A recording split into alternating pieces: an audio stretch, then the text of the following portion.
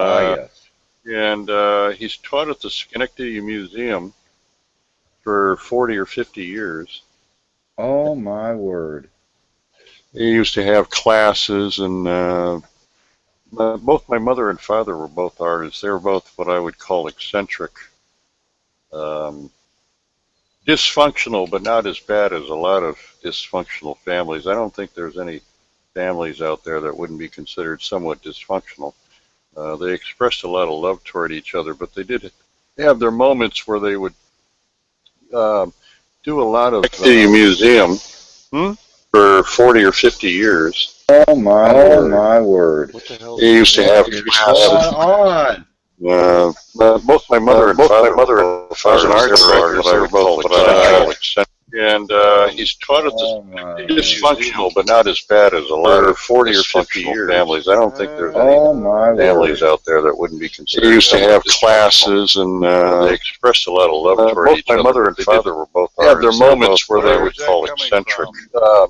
do a lot of The museum dysfunctional, but not as for bad 40 as or a lot 50 of years. dysfunctional Oh, my families. I Oh don't think word. my there's any word. He families used to out have there that What is would be going classes. considered on? somewhat dysfunctional. Both They my mother expressed and a lot father of love were toward each an other, art but director. They they were would have both their eccentric. and he's taught at Oh, my. the dysfunctional, but not as bad as a lot For of 40, 50 functional years. families. I don't think there's any Oh, my word. families out there that wouldn't be He considered used to somewhat have dysfunctional. classes, and They expressed a lot of love toward both each my other, mother but and they did father were both have their artists. They were both moments where what they I would. would. Wow, Thank you. that was a trip. Three different things were open. I open Windows to double check on things, and boy, oh boy, reverb. I Oh, had to close about 4 windows myself. I thought it was me. yeah, wow, Now I'm done. I'm down to the Google Hangout window. That's it. Now. That's all I got. yeah. So, well, Uh, you're a very lucky man to have been exposed to such high culture and such a creative, environment. I mean, Double how many check people that would have thing. that opportunity? yeah, That's yeah. wonderful. Later. I was So what also about you? a What family. about you? Are you do you draw? Do you sketch? Are you into portraiture? Or uh-oh, whoa, we got a scanner going here. Oh, oh. Do you paint? What do you do? I gave it up some years ago when I got ill. I used to do a lot of custom signs for people, and my work is all over Maine. But I haven't been doing that since. I slowed down quite a bit toward the end there, but I haven't Oh yeah. since for over a decade, probably a dozen years now since I've really done anything. Uh, Yeah. kind of miss it, but having these physical issues the last few years has taken the wind out of the sails, so I find it easier to sit and brainstorm stuff. But I used to really enjoy the creations that would flow through me.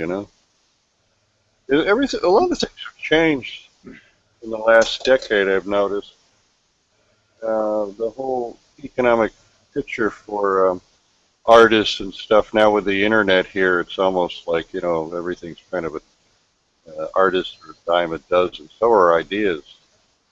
There seems to be a lot of competition going on, and there's if you take the attitude that it's already being done, so why bother? Figured out is because I've cut myself off from media and kind of dropped out of it, and that wasn't following it for quite a while.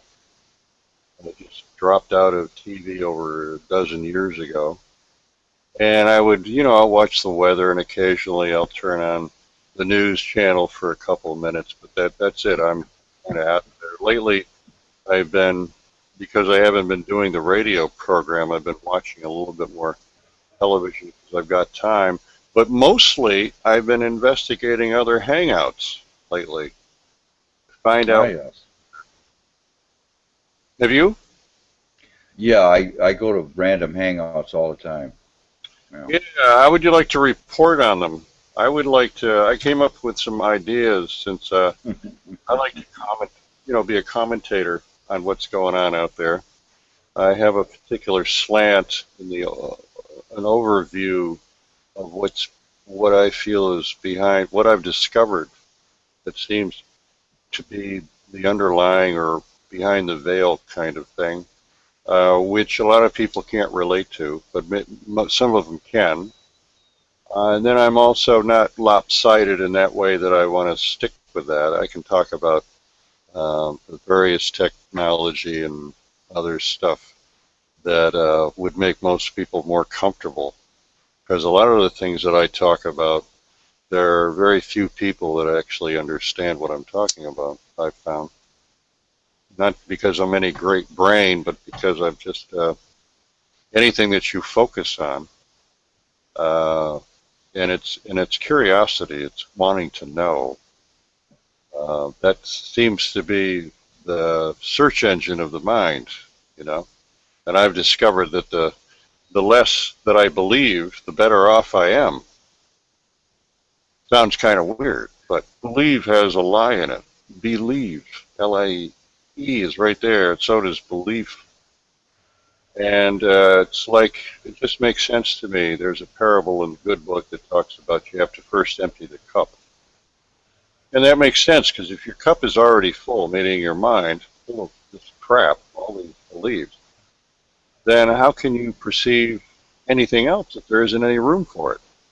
And what do you have need for all the storage of all that kind of data? I mean, the useless facts, and knowledge, and all kinds of stuff. And some people would say, no, no, no, no. It's great to have all this knowledge and all this learning and stuff. But there's a different time factor involved. If what you need to know when you need to know it is really um, a better paradigm, then those things that you don't have access to. I mean, do you want to play with the old toys? Or do you want to see and experience the new toys? And what I mean by that is new toys, meaning new thoughts, new ideas, and other stuff. If you're constantly plugged into the mainstream media, you're getting your stuff secondhand. You become a participant as an audience member processing their information. Whereas if you become chart your own way, then you are discovering stuff on your own. And to make a comparison between yourself and what is already out there, what I've learned is that, yes, that information, which I'm discovering on my own, kind of like music, Beethoven was reportedly to have heard some of the greatest symphonies that we probably never heard, and he was deaf. So, yeah, there's an influence that goes on in terms of being open to an idea and extending it, okay? And I find that creative, nothing wrong with that. But I also find that my method of just letting it trail behind me is a good way of opening myself up to what is, call it collective consciousness, call it what you will. It's a sense of creativity. And as I said, I've had that ever since I was a kid. My father was a visualizer for the General Electric Company, and having grown up with him and seen all this great artwork that he did at home, and also photography, was not a professional, but he was as good as any professional I've ever seen. He took me into his dark room and taught me about developing pictures in black and white back in those days, and cameras. He had all the finest equipment, Nikon cameras and lens, thousands of dollars worth of stuff. And I didn't realize I was, really privileged to grow up in the type of family that I grew up in. But when he would come home from work, he would show me these thumbnail sketches. They're kind of crude. I'm going, what the hell, this is what my dad does for a living. I forget how old I was. I was probably still in the numbers. But he got paid for being able to visualize stuff. And I discovered as a kid that I could toss myself out of my body and look at myself from any angle in the room and draw myself sitting in the room from any particular position, which means that I didn't realize other people didn't have that ability, nor do they have the ability to look in a room and completely rearrange everything in the room, make it disappear, or change the colors of cabinets, just like overlays that you can use when you go to a place, if you're looking for a new kitchen or furniture that that you might want to have in your house. You can change the overlayments of that, change the color. I have that ability, and evidently not everybody has that. I didn't discover that until much later. And so we all are given gifts to share. That's what what I think the whole point is, and that is one of my gifts. And also, I lack in many other areas, like having a great vocabulary, but it also makes it possible to communicate to people that don't have vocabularies where, why do I need to sound intellectual, having to use big words and all this kind of crap. I don't see that there's any point to it, and I'm perfectly happy with what I've been given to share. And so I think the secret to life is to find something that you feel good about and that you have a talent for. Never mind if anybody else has the same talent or a different talent. That's what creates a sense of life. And I don't mean, in the body, I mean in the mind. So I would encourage people, what do they say, follow your passion, whatever it might be. Because if you're following your own passion, it doesn't matter how many followers you have or how famous you are or anything else. It has to do with your relationship with yourself. And I think that's the secret to the whole thing. Don't worry about it. As soon as you enter the realm of competition, okay, that changes everything. It just seems like it's all about the ego and not about sharing anymore. And that's the way that's the way I see things at the present moment. I might find something different tomorrow, but I'm always open to that. One of the ideas I had was to create a network of these various people that have shows and set it up so that there's an actual timetable, which would make it a lot easier for people to actually choose the shows that they want. And also, of course, not having to reinvent the wheel. These shows could rise and fall according to popularity and category in terms of people just showing up. 90% of life, Woody Allen says, is just showing up. And if people would actually show up for various show times, or some way to have people sign up for it in advance, and then if they didn't show up, then of course there would be an alternative to that. And if they did, well, then they would have an audience. There could be multiple channels. I mean, it's really just a way to organize what's already there into something which you can find easily, and not just a hodgepodge of stuff where you're catching it at a particular, just happen to stumble upon it, because I've found in the last week or so that I've had the freedom to go and do more research. I do a lot of research on the web, and there are so many shows out there that I like that it occurs to me, I do my thing, my specialty, which could fit in with somebody else's show.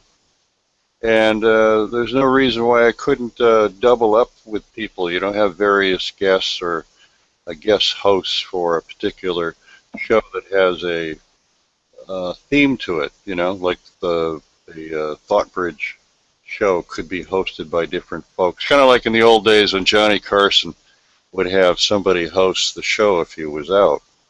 It would still be the Yeah. Carson show, but it would be a different host, and it would give it a whole different flavor.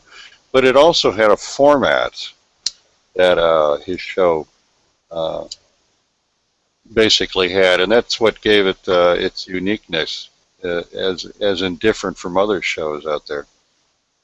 A lot of folks got their start by being a guest host on his show.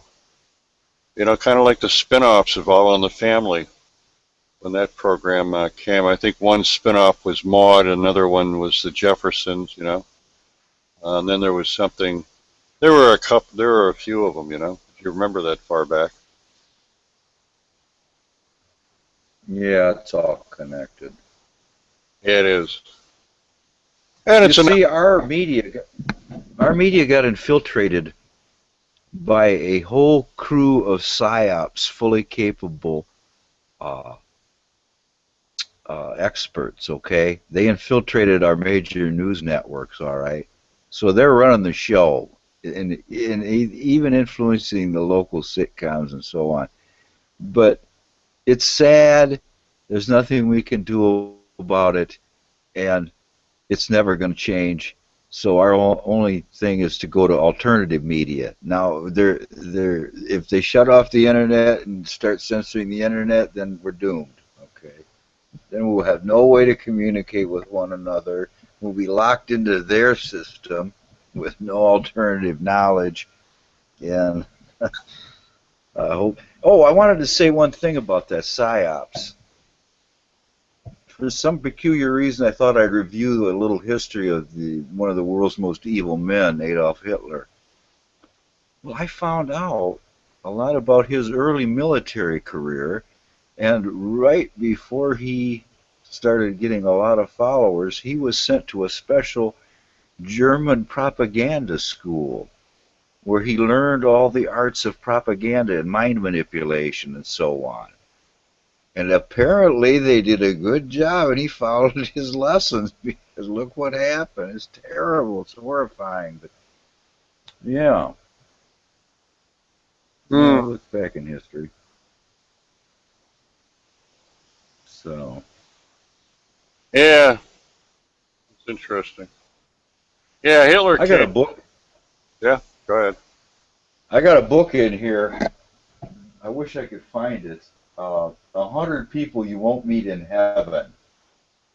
And I went over some of those people. That's horrifying. The Marquis de Sade, I really didn't know how horrible that was, but that was a very torturous time in our history. But, you know, America was still torturing us a few years ago.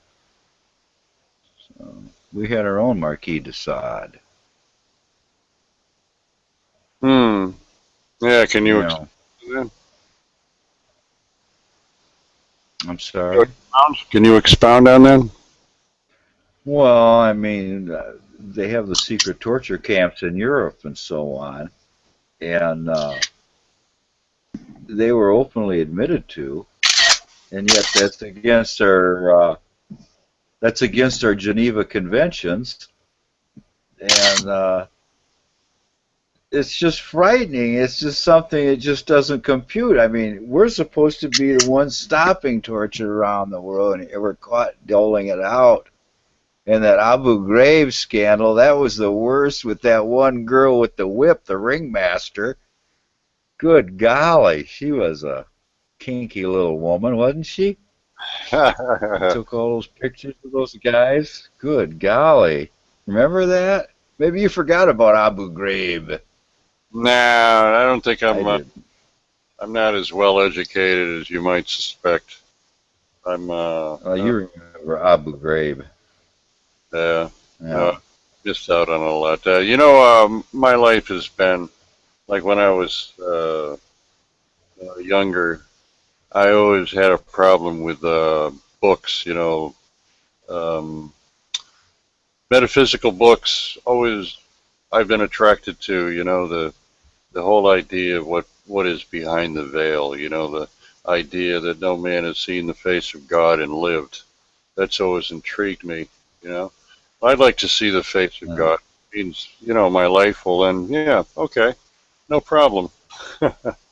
But as far as books were concerned, when I was in my teens, I would rather actually invent my life and invent my adventures rather than read about adventures and inventing, living somebody else's story. I'd rather be the producer. And I've said it before, I'd rather produce than be, um, somebody that's passively sitting by and watching what somebody else is producing. But that's my preference. I don't see anything wrong with, without an audience that appreciates what you have to give, uh, the connection isn't fully made there. So it's nice to have an audience that, appreciates what you have to share. But Yeah. but the thing is, I'm just kind of weird that way. I'd much rather produce TV than watch TV.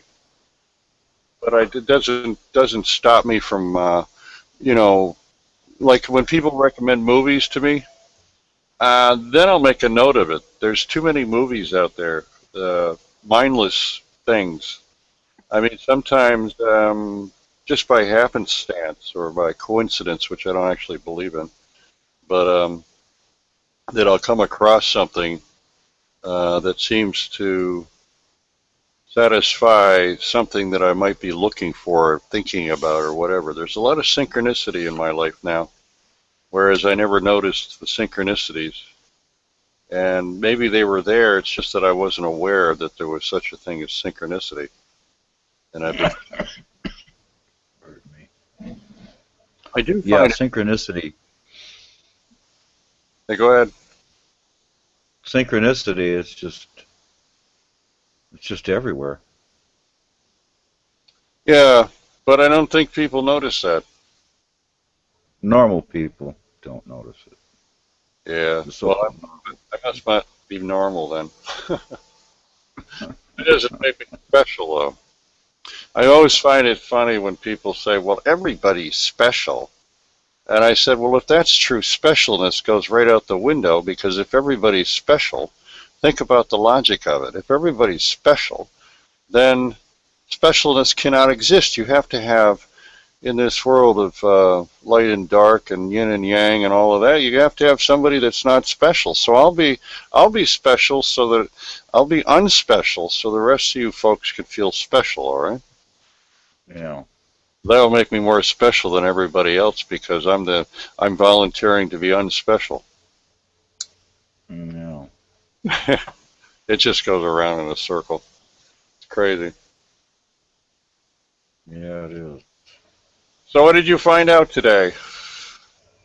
Well, I got a call from my godbrother, and I was so glad to hear from him after all this time. He got rear-ended at 90 mile an hour by an old man in a Cadillac that fell asleep last summer. Wow. And yeah, yeah, he did. That woke him up. Whoa. So he's waiting. He's waiting for his. The only thing that saved him, they had a 16-foot Ford panel van, great big giant thing. And Yeah. the guy collected on it, and all I did was bent the bumper back out, and it was ready to go again. Wow. But anyway, I haven't been in touch with the guy lately, and now I find out he's going blind, half blind, and he's lost his car. He was driving a big car, and now it's gone. He needed the money, so now he's waiting for the insurance settlement to pay off for this wreck deal.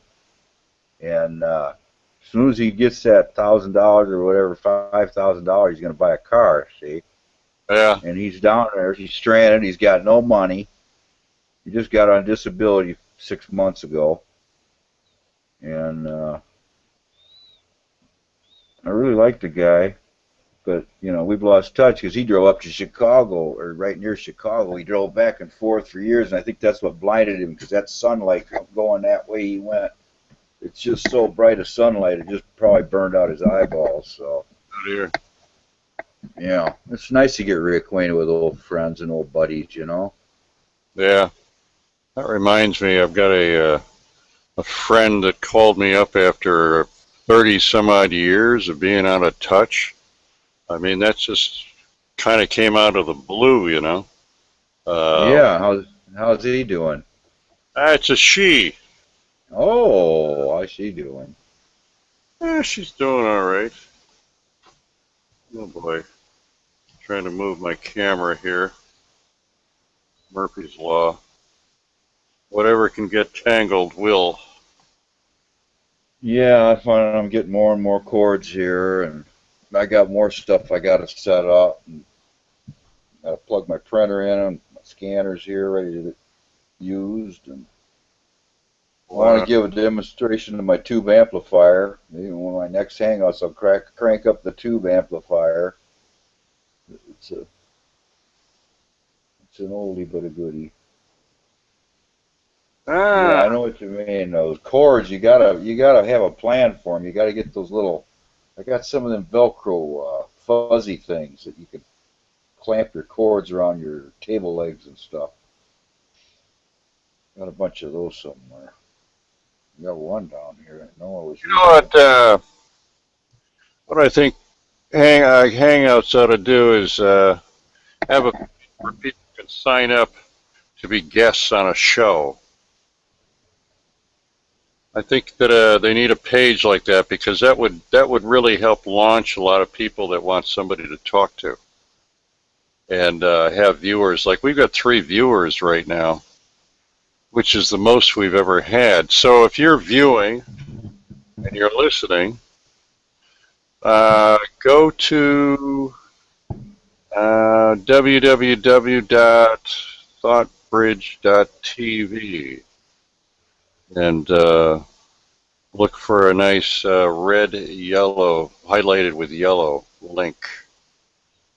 And that's the link for actually joining this production. I would like to get, oh, we've got 4.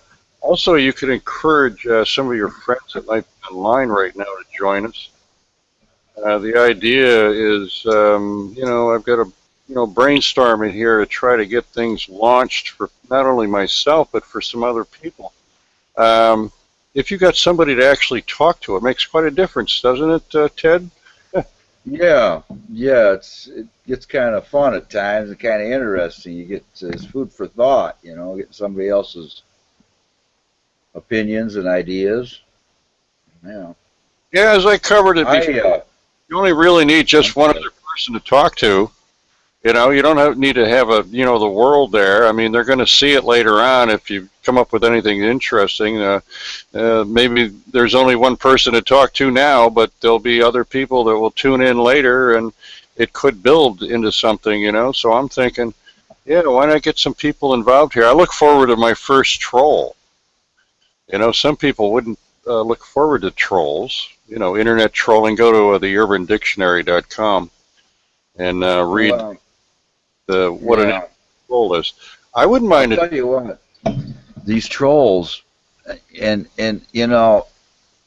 it's funny because I don't want to judge anybody and call them a name because that's kind of a thing. I'm just going to go by their behavior. If somebody comes in my room and they've got their stereo blaring and their microphone's jumping on and off, and they're playing music in the background and interfering or something, that to me is a troll, and he will get booted right now and probably blocked permanently. But you got to watch out for these. I almost got a sixth sense now. And you get somebody in the room and they won't shut up and they just talk and blah, blah, blah. And this one guy, I have to brag a little bit. This one guy come in and he got one of my buddy's band, and I even told him the day before that happened, I said, I don't trust that guy. I don't know who he is or who he thinks he is and how smart he is, but that's not good. I don't even want to go near a hangout that guy's in. He's a criminal. He already admitted he's a criminal. And now you're the buddy to him and want his email and everything. Well, come to find out. And then the guy, what happens is it's real evil. If you put somebody's name and address in the group chat thing over here on the right, yeah, you can't be putting people's phone numbers and addresses and stuff over here and sharing it. Why? Google doesn't want that. I think that's against Google's policy. Oh, yeah. They're sharing people's names and addresses. I mean, like you could put your own address in there or something for me, but if you're doing it somebody else's address, just to be doing mean to them, and so people send them garbage or something. No. And these criminals, I don't know if they ever change. My dad said people never change. Maybe it's the same for everything, every category of life. Scum, and sinners, and saints alike. I don't know. Well, I got a different point of view of that. I got a completely different point of view. I started out originally creating my first production called Audition Spotlight. And the website still exists to this day, although the Turkish hacker I told you about kind of destroyed my network at the time. But a lot of the links still work. If you understand, my network is damaged, and it took me 5 years to build. And then it was attacked, and I didn't have the sync of the website, so I had to publish from different computers of mine from different times, thinking that I had a backup with the web hoster, and then found out their backups were only good for a week. So I had 1,500 domain names at the time, and now I've got less than 400 that have to be paid for every year, like kind of like real estate, you know, whether they're making any money or not. And originally I got into that business because I thought, well, hey, you know, that's cool. I'm right in the ground floor, and I'll register some great domain names.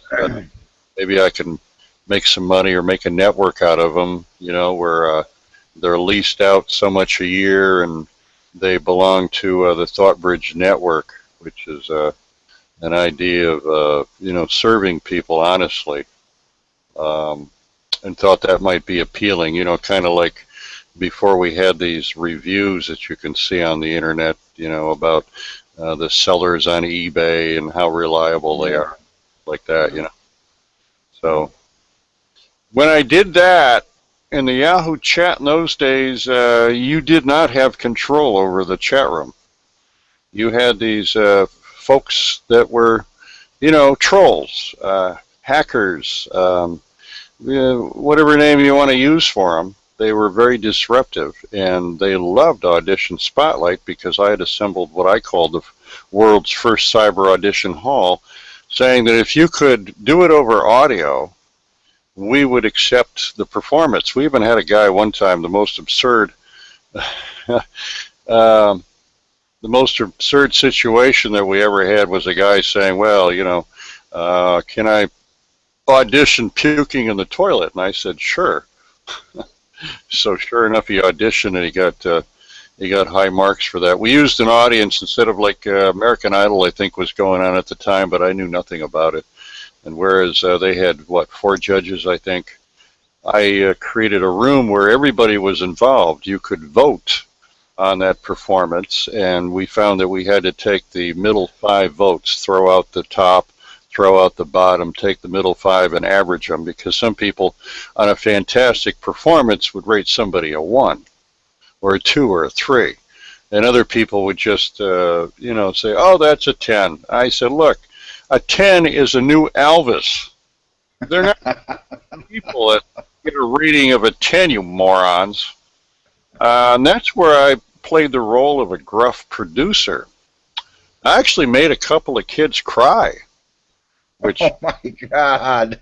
Really, and it just reminded me of what's his name on American Idol that was would make people feel like shit. You know, I didn't really mean to do that, but it was a role I was playing, and it was working. You know, people really ate it up. We had 1,500 sign up for it in the first 3 months, and I got their name, address, telephone number. I collected everything but their credit card number because I really wasn't interested in money. And unfortunately, not having the money, I can't improve my my production abilities because I'm working with really antique equipment, you know. So, you know, I just never felt comfortable in asking people for money, you know. It should come a different way. I've always prided myself when I was doing the custom sign work back in the late 80s, 89, 90, I was getting $35, $40 an hour. And I could afford to be generous to the people that were, you know, considered to be poor. I kind of a Robin Hood thing where you give give to the poor and rob from the rich. Well, you know, it's not robbing the rich if they can afford to drive in with a new automobile, you know, dressed to the hilt. They've got the money. Money to them is different. You know, if they're making 1,000 a week, and some poor person is making 200 a week, you know, that changes everything.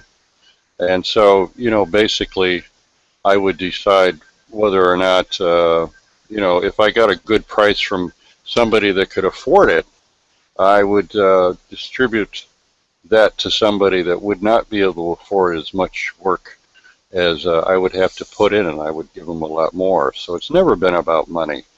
But money is a necessary part of this world, and for me to improve my production at all, I need to upgrade my equipment. I've got 8 computers that are basically networked, but they're mostly, I think, all but 2 of them are Windows XP, and I've got a couple of laptops that have the newer, you know, newer program on them, but they're not adequate. They're laptop, you know.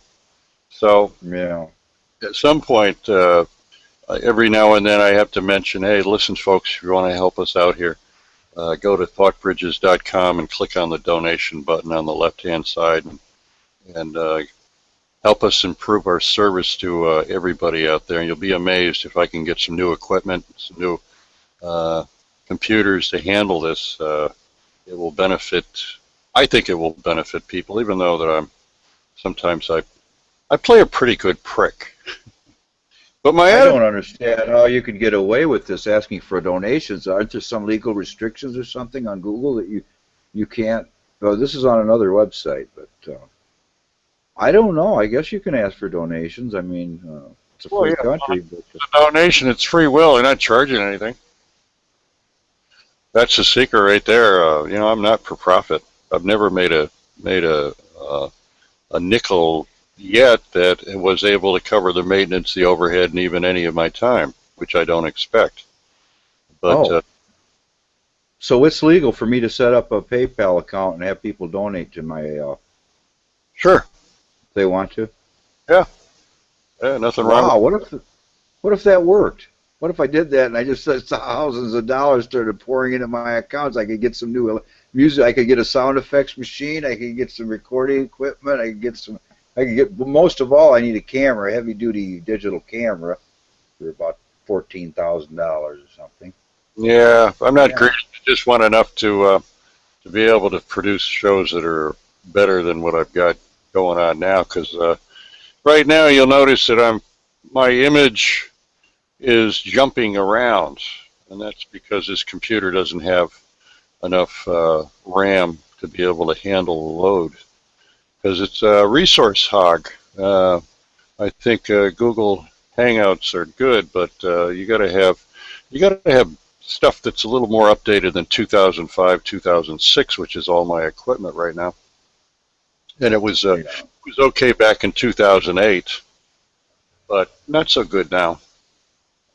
Well, I wouldn't have anything. My sister and brother-in-law are professionals, and they pretty much have new equipment all the time, and then their other stuff, and I always ask them if they got, and my sister sent me her laptop she got when she was a teacher, and then my brother-in-law, the police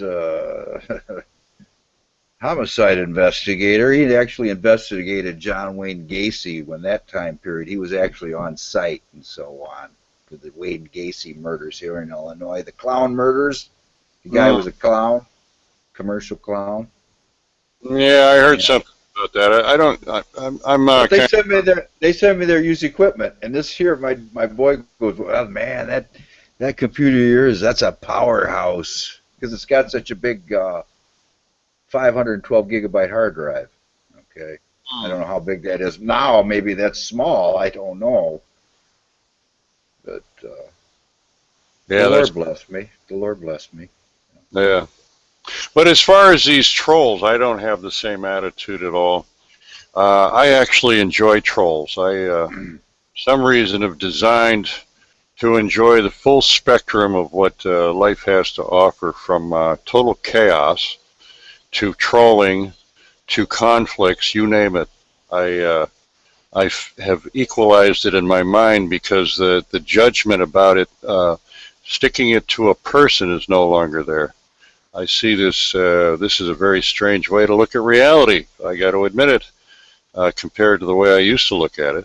But I now see that I am the space as much as anybody else is the space. They're just not seeing they're the space in which this is all coalescing in. Time is moving away or through me, so I am the center out of the nothing, in which I can see ripples moving away from me, because it's kind of like driving in a car. You are always aware of what has happened, but not what is happening, except for what you have grabbed for programming and conditioning, how to see what seems to be happening. So if you get that out of the way, what is happening is what is happening. You don't know what is happening, it's just happening. And that sounds a little double talkish, but I assure you, once it's seen, it's a very strange thing to see, and that has come from experiencing near-death experiences more than once in my life. And, you know, a lot of people have these experiences, but there doesn't seem to be much of a residue for them to be able to see or retain whatever it is, because the mind has a tendency to go back off into its programming, thinking of itself as a body or flesh and blood, where when you get into quantum physics, all of a sudden, that can maybe be simulated through the idea of a belief that you're not, but that's not the same thing as seeing that you're not, and the fact that it's way bizarre than one can even possibly imagine. You can't get there from here if you're in your mind. So you literally have to be out of your mind, and I mean mind as in body mind, not mind as in spelled with a capital M, where it represents the mind of the universe, or the mind of God, or the intelligence of the universe. And the closer you get to the now, the less of the programming seems to make any difference. So for me, I love stories, but on the other hand, I don't believe any of them. They're just stories. And the stories that people tell about themselves, the story I tell about myself, is, as far as I can see, nothing but a story. I mean, what is not a story? What is not a story? I can't think of anything that's not a story. As soon as you take an experience and try to verbalize it, the word water isn't wet. You can't shower with it. You can't really do much with it. It's just a word. It's a sound. You know, it reminds me of the data that I take as a hint from what you say, the good book, and I see nothing religious about it. That's not religious. It's just data. The mind comes in and says, somebody said it, this is where it came from, I like it, or I dislike it, or I don't believe it, or I believe it. None of that is involved in this process. It is just data, and the data has to be something that you look at yourself without prejudice and without bias. If you can do that, then data is just data. It says, basically, it gives us a lot of data to consider, but the way the mind is set up, it tries to file it, tries to find a place to put it. And it's put there, and people changing their beliefs from one belief to another, yeah, that seems to have an effect, because it seems for certain that what you believe in, you'll manifest or you'll see it. You'll see it, and then you'll believe it, or you'll believe it, and then you'll see it. And that's what a lot of these gurus and various belief systems are all about. And that is something that you have to go beyond the normal body-mind, which sounds impossible. It's like, don't think. You know, they say in meditation. I don't find that trying not to think is thinking. It just creates more of it. It's more like... You can't stop the thoughts. You can't stop the thoughts. No one on earth can stop the thoughts from coming into your head. That's not possible. What I have found is you don't have to stop them. It's like a train that goes by. I used to, as a kid, go to school, and I saw a house that was located right next to the railroad tracks, and I used to wonder how these people could live there. You know, their dishes would rattle, the house would shake. Uh, you know, having been by those locomotives, you know, just a few feet away or 20 feet away, you know, the ground is shaking. Those things are heavy. I used to wonder about that, and I don't wonder about it anymore because when I was first told you could stop thinking, I said, nah, you can't do that. And then one day, I caught myself thinking, and all of a sudden I realized I hadn't been thinking, and I caught it from the back door. I caught myself thinking. And You're a very lucky man. You're a very lucky man.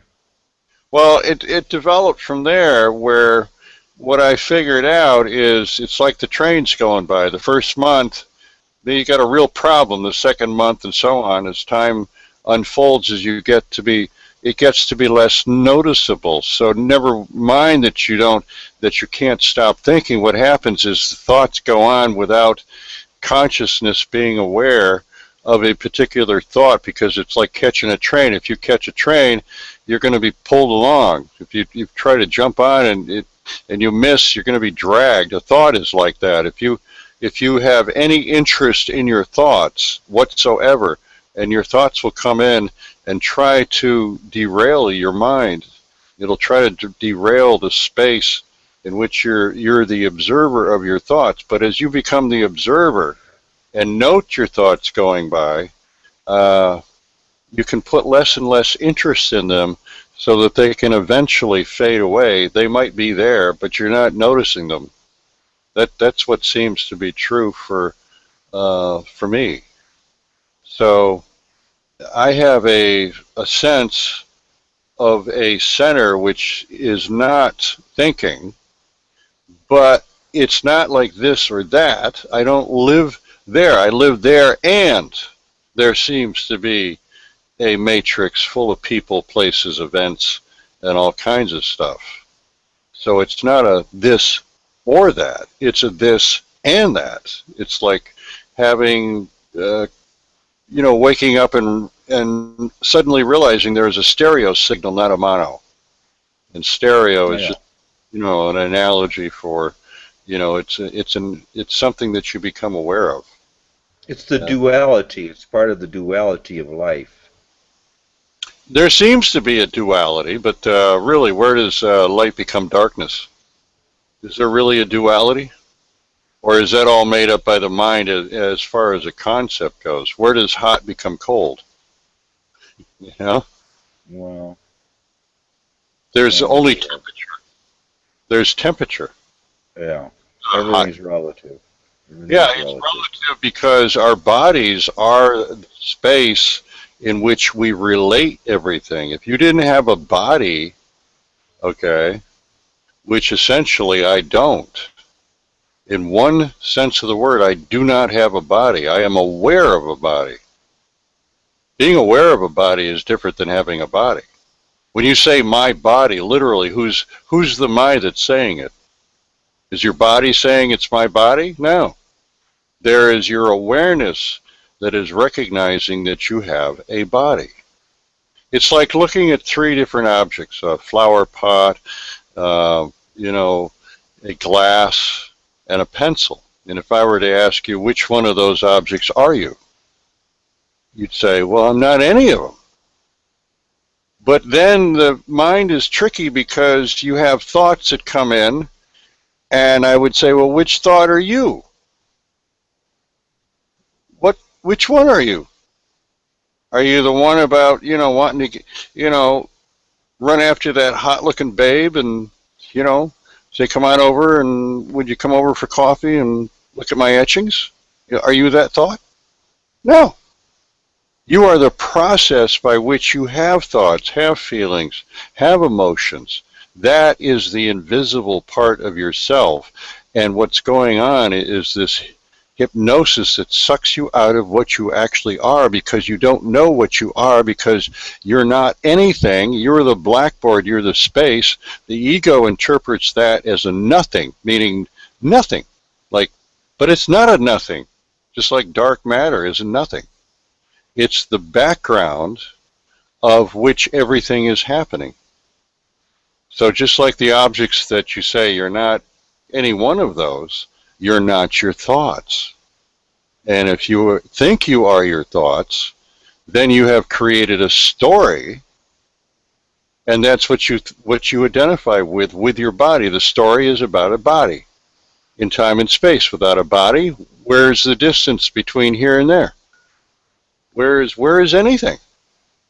You just become the awareness of whatever it is that's coming out of apparently no thing. And that's about the best I can explain it, but intellectually it might be something you could say, well, that might be true, but it isn't something you're necessarily going to see until there's a willingness to lay aside these things that you think you need, you want, and all this other crap, because I don't see any voids. I used to be kind of scared of that whole thing. The idea of death is this concept where people are thinking, well, I'm going to become nothing. Well, as far as I know, I'm that already. It's like kind of dying before you die. And you're already nothing. Yeah. Nothing, but I'm enjoying the hell out of what is apparently something. That's, the ego says, oh, I'm going to lose out, I'm going to disappear, I'm going to do all this. Well, you might, because the ego thinks its source is its own, and not recognizing the source. It's like what I said, the source lights both the church and the whorehouse. And so this idea of spirituality, where people are looking for the most spiritual thing, they want to hang out with people that are all loving, lovey-dovey, and holding hands, and neighborly, and they contribute and do all this stuff. And that is not the real world. The real world, if you take a look at it, is that people are nasty to each other. But you see, I don't think anything of the nastiness, because that is a part of my space in which the ego reminds me constantly that I am the space in which it's happening. You can't say anything to anybody without some criticism or some comment or some belief system that counters what you want to believe about yourself, because your belief about yourself is this mental construct that you're a human being on a planet somewhere in the middle of infinity. And that's what you've been trained and conditioned and programmed to believe. And it does work, because you've got a lot of company. And anybody that goes against the flow and says, gee, I had this crazy idea, I'm not necessarily this body, and I'm not this or that. And you've got people that say, well, if you're not this body, let me smack you a couple times in the face, as though that's supposed to prove or disprove what you're saying that you see. Yeah, no, there is a relative factor where all of that is. You need to know the program so you can enjoy the program. You don't go up to the lion's cage and, reach out and, hold a stake out, not expect it, to grab it from your hand or rip your hand off.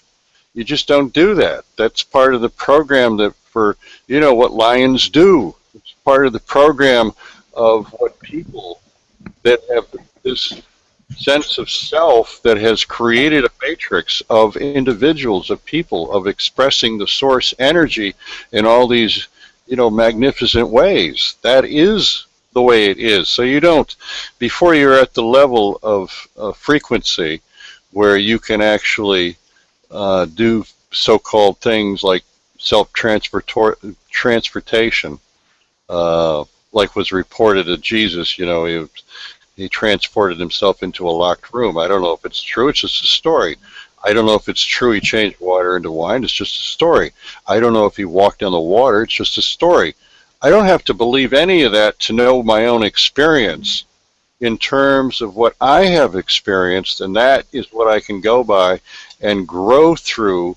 And as long as I have discovered a technique by where I can grow and expand into apparently no thing, then it works for me. So it doesn't really matter what is going on in one sense. In another, it does. You don't foolishly go about firewalking if you know that that's not your expertise, that's not your level. I mean, the motivation is an invisible force. What is the motivation? Are you trying to get noticed by people? Are you trying to appeal to the opposite sex or a love partner or significant other? Who exactly and what is the motivation? Those motivations are invisible, and the effect of every single thing that is in the mind, according to these, the intent of the mind is going to manifest itself, and you're going to manifest and see the results, either to be appreciative and enjoy the fact that your hits have gone up or gone down, or members have joined or unjoined. And that, unfortunately, is indulging in something which is fine. You can indulge in that. There's no right or wrong about it. It's just not that kind, the energy that can transport you, and you can exit from the suffering that's involved in thinking of yourself as a poor, lonely, isolated, alienated human being that's unloved and unappreciated and has to do this and that in order to get people to notice you and appreciate you and all of that. And that's what a lot of people are looking for, is appreciation. They want to, I'm just guessing, but the number one thing in this world is everybody wants to be somebody. Well, in my book, I already am. And notice I didn't add somebody. I said I am. Well, that's all you need to be. There isn't anything you need to do. There isn't anything you need to change. There isn't anything else. I am. Just simply I am. You're preaching to the choir. Exactly. And if I couldn't preach to you, who the fuck am I preaching to? I'm preaching to myself. But I also note that we've got 3 viewers, and we Get had them in here. Yeah, well, I've tried. What do I should do? Threaten them, and I'll come track you down, and a couple of big guys will show up at your door and say, "Hey, why the hell didn't you join that hangout?" How did I get in here? How did you get in here? Let's see. Isn't there a link? I gave a link out earlier. Okay, and where'd you put that link? Yeah, let me see. It's there. It is. It's at www.tbva. That's Thoughtbridge Village Association. The acronym. TUBA. I don't know. tbva.com/hangups. That's not hangouts. That's hangups. I just spoke a little. And I wonder if I can. Can you hear me? Yeah. I'm going to try something here. Oh, try. I'm going to copy the link, and let's see if this is my home page. Yeah. So if I go down here to your,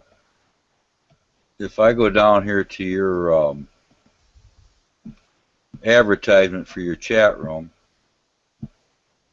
and let's see, add comment. Okay.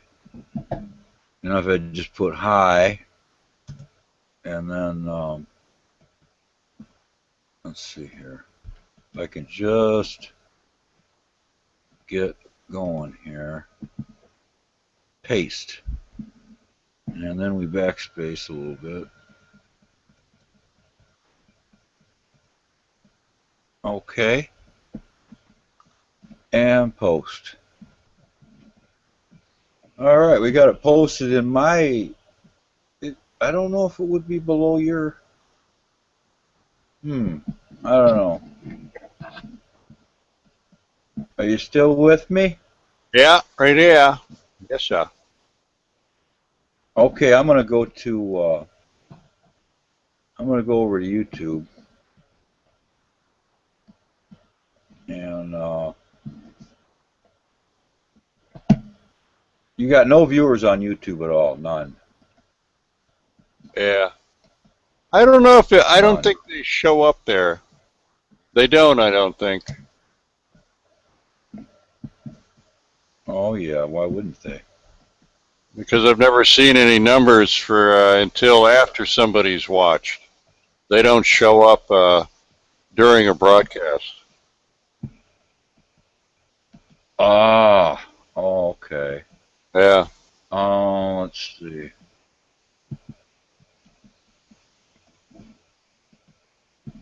It's not letting me post your link in. Well, do you see the chat panel? I'm surprised. Something should have popped up there because I posted a link in there Where at? in the chat. Now nobody. There's a sad part about it. Nobody can see that except you and I. Oh You yeah, weren't aware of that, were you? yeah. Unless, well, yeah, I was. Unless they're actually Only, it's in the room. only participants can see it. Now let's see what you got for a link. Yeah. I wonder where does that go now? That goes to actually open up the this broadcast. That's where they can click on and join the actual broadcast. Okay. Should work Mm-hmm. since we're still broadcasting. I can't check that. I can't check that from here unless I know how I have to type it all out. Yeah, it's funny we don't get more. If you're getting as many hits as you say you're getting, in this chat room we should be bursting at the seams right now. Oh, We're not. not. What I found interesting is you mentioned that you liked the fact that you didn't have anybody bugging you. I love controversy. I don't shy away from it. I love criticism as much as compliments. You see, the normal human mind takes all it personally. I don't care. I'm the troll of the trolls. We have a Troll Thursday on our room on Pal Talk for the livetalkradio.com and the ThoughtBridge Radio, and I haven't been paying any attention to that room now for several days, which is a first, because for years I was on there running it 24/7. I had playlists, and then I would come on and do live shows, and I created a whole following of people, including lots of trolls that would love to come in. And my Mr. Bridges improv character was, was really a lot of fun to play because I would troll the trolls, and people really got into it. I'm going to at some point reconnect with that room. I just thought it was time to take a break and see what else is out there. It was difficult to keep that kind of thing going 24/7. What was the Pal Talk demographics? As far as what? The age of the participants. Oh, they don't provide those. Pal Talk is just a chat program that allows you to take a little bit of script and put it in a website or blog. And you can find the room. It's not open right now, but at thoughtbridges.com or UFO Repairs, plural, UFOrepairs.com or livetalkradio.com. There's a whole lot of websites that have that script in them, and anybody can get the script. But right now, I'm sure there's some folks out there that are kind of wondering where I disappeared to, and I've been telling them for a month since I've been working on Google Hangouts that it seems to be a lot more gratifying because I don't have to record the stuff and then upload it anywhere. I like that. That makes my job so much easier. I would. Now wait a minute. You were recording your other Pal Talk ones. You were recording all that stuff and then playing it again. Yeah, there's so little that people have actually heard. My ThoughtBridge Live program was just whatever was going on, telephone calls, the chat in the chat room, being a troll, being a commentator, anything and everything, and it would get really wild at times. Some really good moments. I don't take the attitude of saying, okay, we're going to have a show and get all my ducks lined up in a row, although I have done that, to make a presentation, a more formal presentation. Yeah. Gotten lazier and lazier and decided that spontaneity was the best way to go. It was easier, less of a hassle. I didn't have to start thinking about whether I was pleasing anybody, and just said, fuck it. What will happen later is if there's any residue left over from my having been around and somebody's interested, they could go back in and decide what were the high points, what were the highlights. There might be an hour show and 15 minutes of it might be the only thing that's worthy of saving it. The rest of it's all scrap, just like movies. They say in a movie budget that has an adequate budget, 90% of the stuff that they shoot is thrown out, lands on the editor's floor. Well, I'm interested in this technical aspect. You said now you don't have to record anything. Well, if you were recording before and you had to do it yourself, now exactly how did you do that? You're running a live video and audio, and then you were able to stop it, save it, and then record it onto your own program? Well, I used a recorder. See, we weren't doing TV. We weren't doing video at all. So it was just the text. Yeah. No, audio. Audio. Only audio. Yeah. No text. Although I would save the text of the room for later use, because I figured in the future there might be some interest in somebody that's archived 30 years of their life, not because of me, but because that I was, like Woody Allen said it, 90% of life is just showing up. If I just showed up, all the people's lives that I touched, and they touched mine, and all of the spin-offs of all the interesting characters and stories and all of that stuff would all be there. It's not just about me. It's about everyone and that came within, this so-called matrix dream, whatever you want to call it, this reality. So you use some kind of recording device, whether it was media recorder on your PC or an external recording machine. Is that what you're saying? Yeah, I decided upon Total Recorder, which you can Google and get a free one, but it inserts a sound in it every 60 seconds so you can get used to it. It does a lot of really cool things, but most of it, I don't, see, I have an attitude, well, if I don't need it now, why bother? So I don't have as much use of the other parts of it that I could have if I took the time. See, I'm just passing through. I'm not really interested in building my own self up into anything. I'm more into letting it unfold naturally, so that if there is an interest on the part of people to get involved, that it's a natural interest. I don't have to coax anybody, because if I don't and they volunteer to help out in some way, well, then that's a genuine offer there. Whereas, I'm a pretty good marketer, I think. I think I could probably, set up a bunch of bullshit that people would say, oh, wow, I'm going to get noticed, or whatever their reasons, their own personal reasons for getting involved.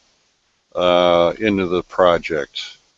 And that's all well and good, but it doesn't feel quite right to me. So I have the ability to really bullshit pretty good, and I refrain from it. I mean, I'm already doing it a lot anyway. What the hell? It's just I'm having fun. That's what counts. And if other people would like to have fun, that would be cool. Because I really I can't figure out why we don't get more participants in here. Well, There's 7.2 billion people on this earth, and there's two of us fighting it all off. We got to have some participants. well, it would be Hey, nice. let's make it a rule that if anybody comes in, if they don't immediately turn on their live webcam so we can see a human face and have their mic on, we eject them immediately. One time I said that, and this guy went off on me, and he started screaming and cursing at me so bad that I started shaking. I immediately clicked out of the Hangout, and I had a little wine, about a half a bottle of wine, and I just basically drank all that in about 5 minutes just to calm my nerves, because he got mad. He said, "Who are you to tell me to turn my camera on? It's not your Hangout. It's Spellbinder's Hangout, and you shut up, you so-and-so." And he got really violent, and he just kept coming at me, and it hurt so bad that I had to get out of there, you know. That's So funny. I do like to insist on live cameras and live audio. I don't know why. It's just, I mean, they give us the opportunity, let's use it. Yeah, I'm just the opposite. I don't give a shit what they do. If they come in, they want to tell me to go fuck myself. I don't have a problem with that. Are you ever going to ask him, could you turn on your camera? Are you ever going to say that? Well, I might, but I mean, I wouldn't demand it. I wouldn't care. Well, would you mind if I said it? No, I don't care. While you were running the Hangout, please turn on your camera. Look, you can play good cop, bad cop. I don't give a shit, and you do. So, you take your role, I take mine. All right. Yeah, no, I've got some really good people that understand where I come from. I'll take either side. It doesn't matter. If somebody wants to be a schmuck, I'll play the nice guy, and if they want to reverse the roles, I don't care. It doesn't matter to me. Really Do you think doesn't. you'll ever get so mad you're going to hit that eject button? No, I never Are would. you sure? No, because I don't need to. Here's the thing: I can shut somebody up. I don't. It's just like in the chat room. I can shut somebody up and put a red dot on them so they can't. Oh, okay. And they can't talk. But there's also a bounce and band button. I don't need to even bounce them or band them. I can make them suffer where they can't say anything, and then just go off on them. So why even bother to eject them? Why not Ah, let them sit around and suffer the consequences of their stupidity? okay. You're ready. You're ready for the trolls. Oh yeah, I'm always ready. Ever since the Yahoo chat thing where I had no control, I had to figure out a different way to keep it alive. So I basically would befriend them. Yeah. I also did my fair share of screaming at them. It depended on the mood. You see, I'm not afraid of the emotions. I don't necessarily, have a problem with. Many years ago, I was diagnosed. I love the label. It was manic depressive. Oh my God, that's one of the worst things there is. Oh no, that's one of the best ones. That's where No, I can tell you some stories. Well, I know Oh, you've got your Lord. stories. I've got mine. It's just like the Oh, people that say coffee's good for you, and then people say it's not good for you. That's been going on. All depends on which position you want to take. And I can take either one. It's fine by me. Whatever position somebody wants to believe in, hey, that's not my problem. That's theirs. I don't have to take a position. The positionless position that it doesn't make any difference to me is the position that I like. That leaves me open. I don't have to react to either one. I enjoy both. I want some damn visitors, and I want them now. Yeah. Well, you know what they say, patience is a virtue. Hey, let me type in my profile. Don't you see the stats on the profile? Let me go and are you got group chat there? Yeah, I've got group chat open. Yeah. Well, there's a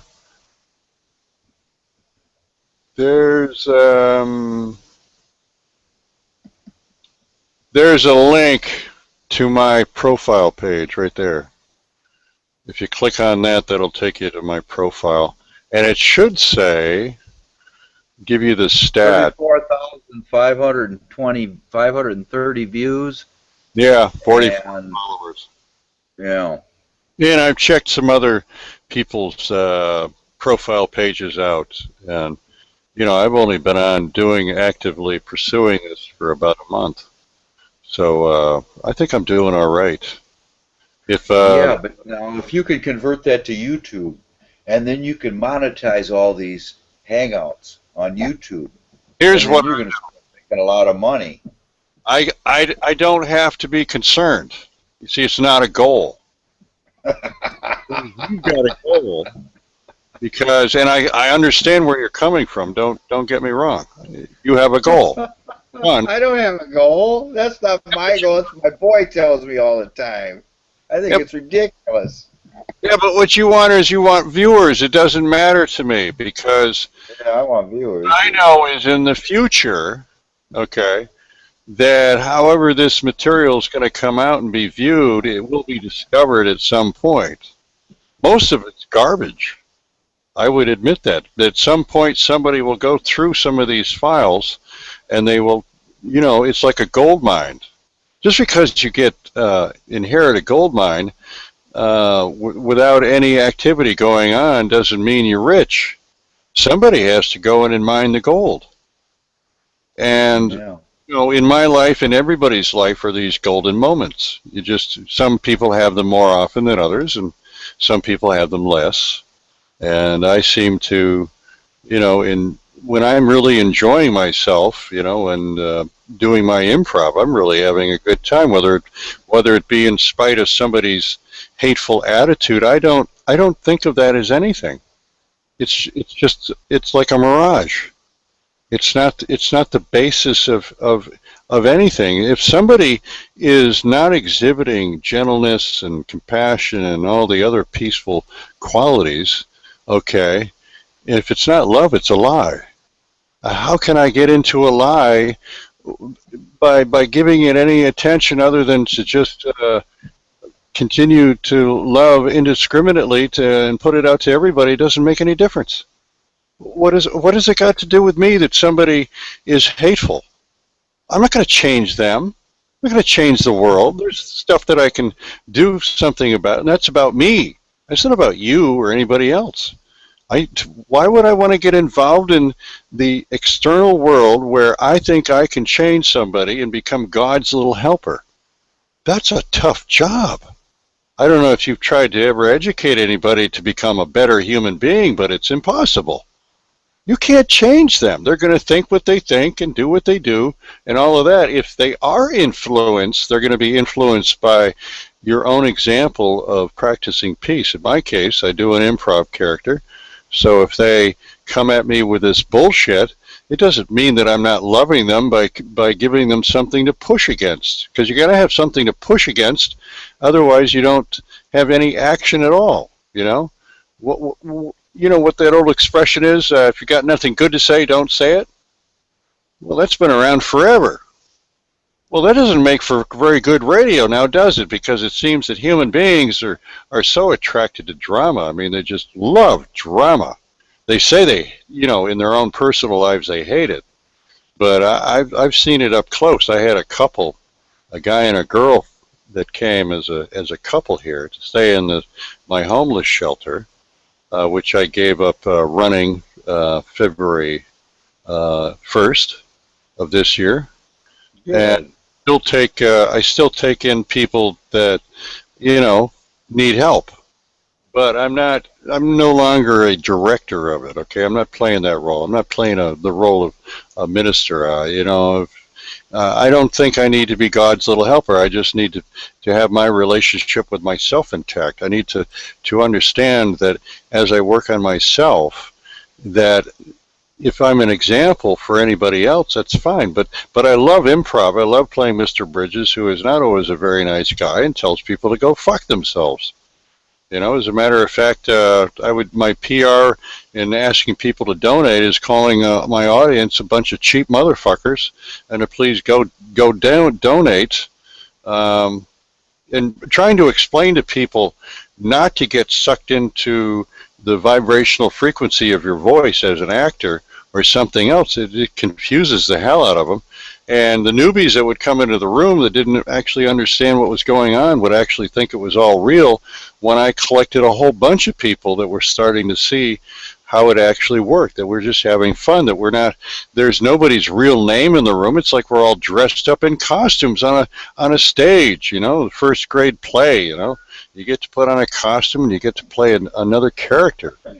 And just because you're playing an asshole or the villain, okay, in theater, that's when the villain gets, as much applause as the hero, you know, because they did a great job.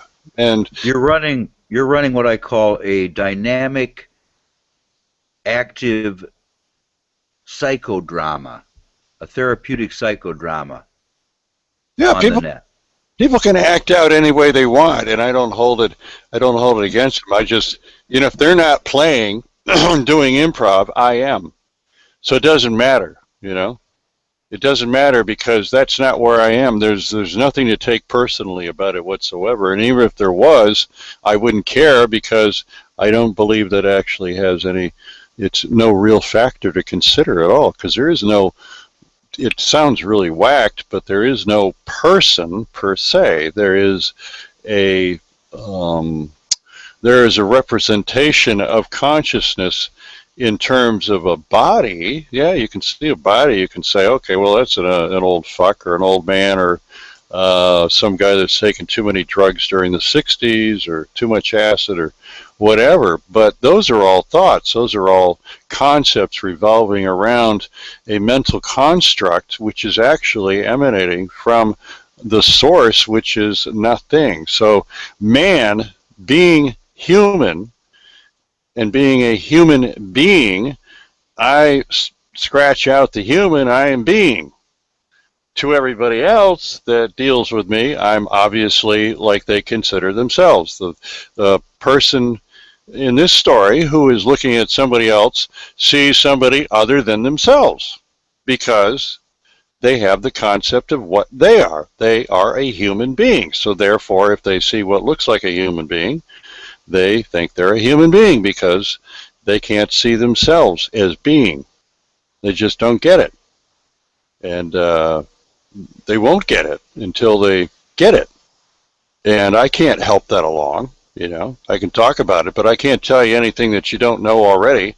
I can only remind you of something that may have dawned upon you or you came across, and do you a favor in what I say sometimes might remind you of your own experiences and bring them back so you can examine them once again.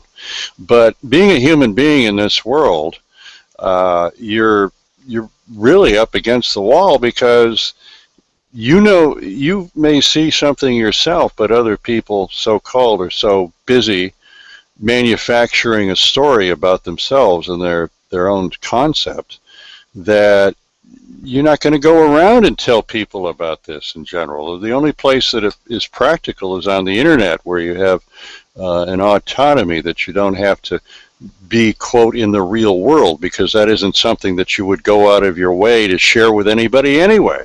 Wouldn't be any use to it. Wouldn't make any frickin' difference anyway. And there's nothing to teach, because who are you to teach anybody anything that you don't have access to, that which I have access to, that which everyone has access, and it will take care of itself. If you hadn't noticed, it's a self-cleaning universe.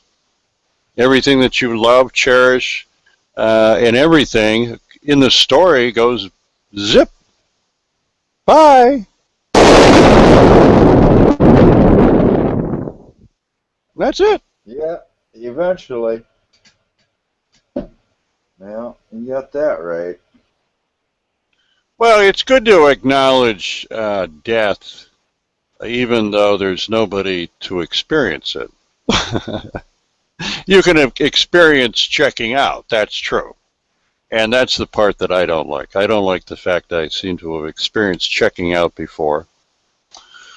And that usually involves a lot of suffering, and that's the bummer. It's not the death itself. Being dead, that's no big deal. It's the what seems to be the experience of the body in its its functioning, that seems to be a problem. And that's the thing. I think there is, I think in future programs I'm going to get a little bit more into what is a little bit deeper for those folks. It's kind of like in the story, there are definitely levels of consciousness. Ultimately, in the end, you see there aren't any. But to try to explain the inexplainable, and we are at the mercy of words and symbols, open to interpretation, it's almost impossible. I like what Alan Watts said when he says he likes to try to, put into words the what's impossible to put into words, because it doesn't really work.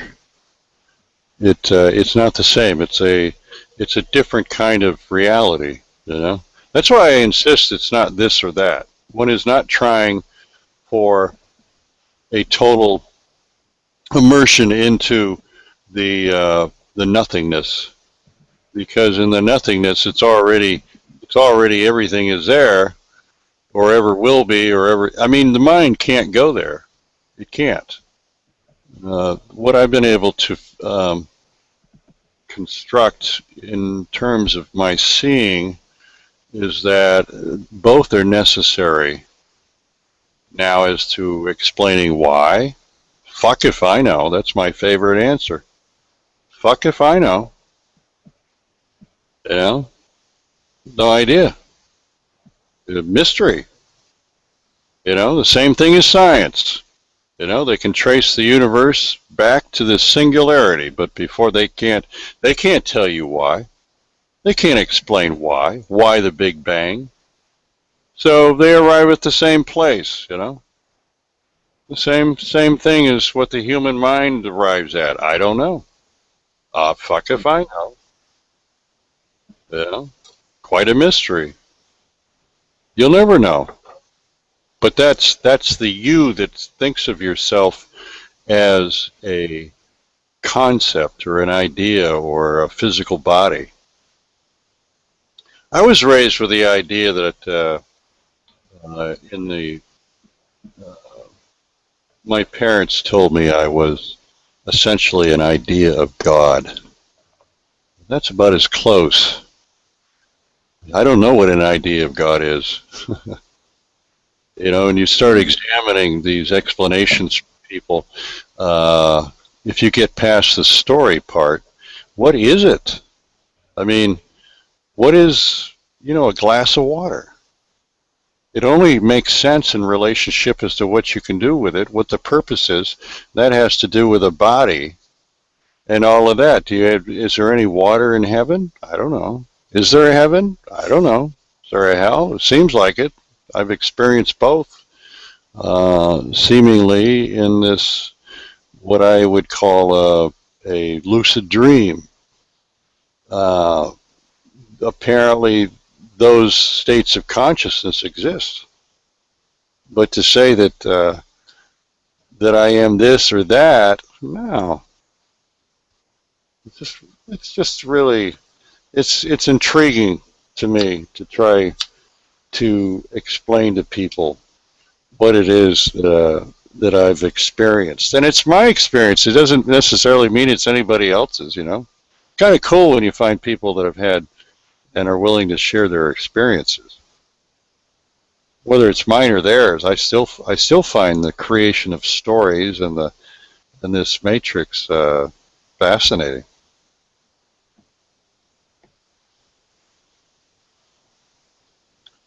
Did you ever get lost? I mean, really lost. Oh yeah, yeah, absolutely. Now, were you on foot or were you in a car or what was it?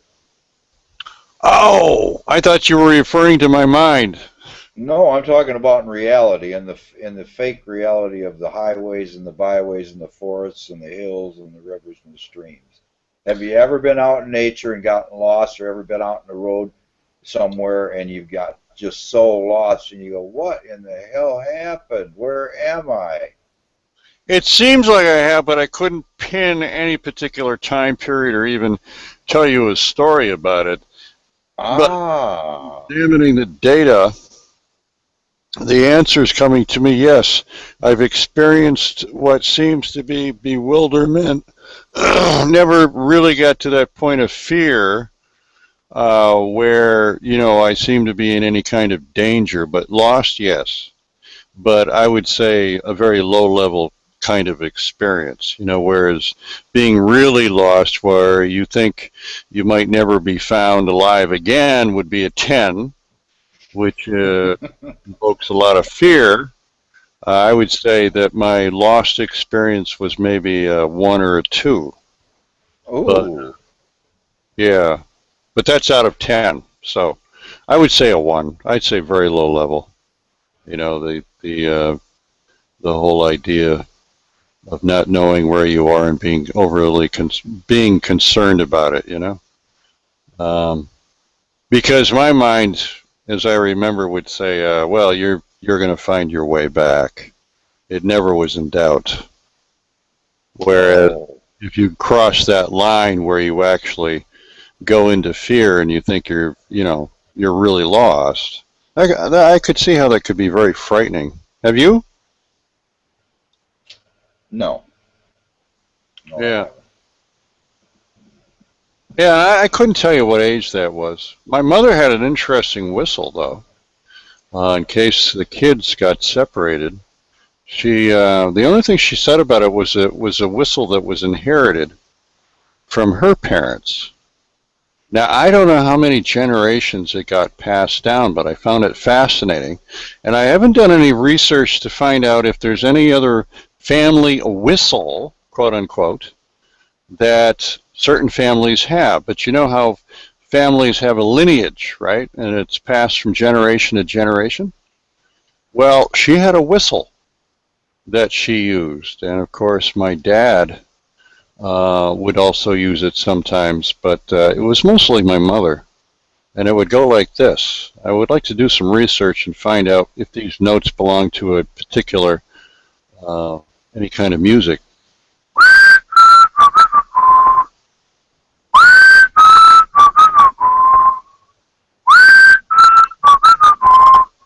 That was the family whistle. And I remember distinctly more than once as a kid, as a young child, hearing that whistle. And that meant to gather up the family like she was the mother hen, calling them home, calling them back to, come together once again. Yeah. But I find that interesting because I've never heard about such a thing as a family whistle before. If any of you folks have heard of Wait a minute, wait a minute, wait a minute. I got a family whistle. My dad was a maniac. yeah? My dad was a maniac whistler because he was one of these specialists that would do the two-finger whistle. Yeah. I mean, this guy had some wind power, and it was always, and he'd be down in the basement of the restaurant, and you'd hear him just whistling louder than ever, and out in fishing trips and stuff, you'd hear the just super loud. Can you blow with your fingers? No, I never learned. Oh, Can man, you? I can't either. No, I can't even blow a bubble. I can't do anything. So I'm pretty well handicapped. Well, I thought it was interesting that anybody could learn the notes. Da da da da da da. Yeah, exactly. I wonder if I somehow computerize that and find it. Find out where it actually originated. I'd be very curious as to know. Yeah, we'd have to go to some music colleges, and I know a few of those people. If I ever run into them at the right time, and I could recall your da da da da da da, and then Maybe. they probably go, that's that European dance, about 1841, and Yeah, if anybody's yeah. you could send me an email at thoughtbridges.com. That's JTB for Joel T. Bridges, JTB at thoughtbridges.com. And let me know. Also, I'm looking for guests and some other people that like to brainstorm. And anybody that's unique, different, odd, strange, rejected by society in general. I am totally attracted toward what is not normal. Totally. No preferences except that it isn't necessarily normal. I mean, I like normal every now and then, It's cool. I don't have anything against it, but,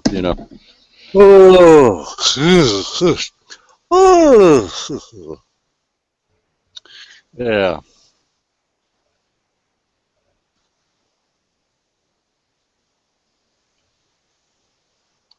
Well, let's see. We could invariably every time that I talk and stuff, we like in chat rooms. You ever been in a chat room? Oh yeah. Yeah. Do you ever notice? Well, have you been in the audio ones, or are you talking about text? I may not have been in a chat room actually, to be honest with you. I've been in text where text just flies and people type in the strangest things on those text. Oh yeah, I don't care for Yeah. those. I like the more personal stuff. Yeah. Yeah, tell me about it. Tell me about the audio chat rooms and people scream because they can't talk at the same time because over the internet it's going to scramble everything. So you had to have some kind of etiquette, some pecking order, and then people would take turns, right? Yeah. Well, Pal Talk is the chat program I discovered a long time ago. I came to Pal Talk in 2002, and it's an interesting program. But it has a lot of glitches. They seem to have made it very top heavy, and it's not as reliable as it used to be. But, I've used it for over a decade and made some interesting friends, acquaintances, and, had an awful lot of fun with it. And it's something that usually I've had open when I've used Google Hangouts. And I found that it was already an awful lot of work, I would have to take pictures of people manually involving a paint program, and I would have to save the text for later, assuming that if there was anything any good that I could reassemble the text with the audio using some futuristic software program. May happen, may not, doesn't matter. Would do that, and also use another software program to record the audio. And playlists. I would play just about everything. I'd sometimes be the commentator on the playlist, soliciting comments and questions from people. And then, of course, we decided to create Troll Thursday, which is where trolls are invited into the room the one day of the week where those people into trolling could come in and do so. It wouldn't necessarily mean they would get a blank check for trolling. They would still get a dot and stopped at it. But it was great fun, especially with my Mr. Bridges improv character. Because I would become the troll of the trolls. There you go. I got a lot of practice dealing with people and people that were out to to troll you back in the Yahoo days, Yahoo chat, where we had no controls. But now you might want to check out Pal Talk, and I could open up my room. You could meet some of the regulars. Since I've been out of there for about a week, 2 weeks actually. Say, I know somebody we can get on here. Who's that? Diane, Diane? the famous Diane. Oh, Diana Victoria? Well, I don't know. She's a pretty girl. Pretty girl. Woman. A woman. How old is she? Probably 45, 50. Oh. Diane, gray hair, glasses. It One of sounds. your buddies. Oh, really? One of your buddies. Oh, you seen her in here before? Yeah. Yeah, okay, that's Diana Victoria. Then there was Logan that was in this room at one point. Logan. Logan's Run. Yeah. Yeah, Logan is a woman. Most people think her nick is, means she's a man, but she's not. Yeah. That's her last name. And, people, the kids, when I was younger, used to call the other kids by their last name, Hey, Batzel! That's my God-given Yeah. last name. Say, hey, Batzel, what's up? Yeah. But I've had a variety of nicknames over the years. JB was one of them. Yeah. That's common. Yeah. Yeah, I don't know if she's on. I could open up Pal Talk and find out. Let me see. It kind of stretches the resources of this computer when I do that. Yeah, that's why I don't do much here either, because I get glitches and then I got to come back in and. Yeah. Pal Talk. I don't think I've ever been to. I've heard you mention it several times, and I'm just afraid to go there. It's something new, and I'm afraid I'll get confused and I'll get lost and I won't do it right. Yeah, let's see. How hard is it to use? Is it real difficult to get signed up? Very easy. I could guide you into it if you wanted. You could come into my room. Nobody will bother you there. How do I get into your room? Is there a specific name that I have to look for, or will it be apparent once I sign up? It'll be I can guide you rather than taking a long time to figure it out. I can just guide you very easily. I know Pal Talk, the program inside and out like the back of my. Oh, wait a minute. I've got to download some enormous program called Pal Talk onto my system before I can use it. Right. Yeah, I'm kind of afraid to do that. I don't know. Is it going to be safe? Is it going to be a hardship for my machine? I don't know. All right. I've been using it for a dozen years. Okay. What are the problems? Does it freeze a lot? Does it freeze up all of a sudden you freeze up and you got to shut down and restart? Does that happen a lot lately or not? Their latest program seems like what they're doing is they're doing betas. They're forcing people into betas. Oh, that's not good. Betas aren't good for me. And yes, it seems like it can freeze your computer. The earlier copies, usually you can go back at least one or two builds, and it will be better off. Right now, I've opened up the room here, and I'm going to invite somebody in. Let's see if I think Logan's on, and I haven't talked to her in days. What's her bag? She's been a friend of mine since 2005, or She a pagan? she might be. I don't know. Usually, New Ager. what I usually do is let everybody decide. Let the person themselves tell you. That's another strange thing about me. Since I'm so variable, And since I don't care for labels and I don't live in labels, I let everybody do their own talking about it. What I've discovered is most everybody's into deciding what things are.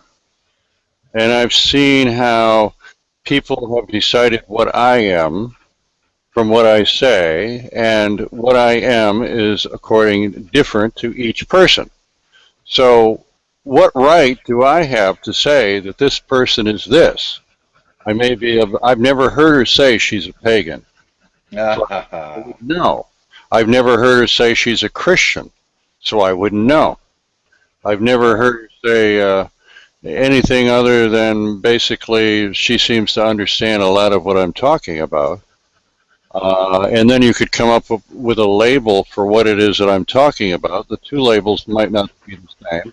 And if they're even the same, two people will interpret the labels differently. So what good does that do? I mean, it's not reliable at all. So I don't go there anymore because what I've discovered is what you're holding in your mind is what you are expecting.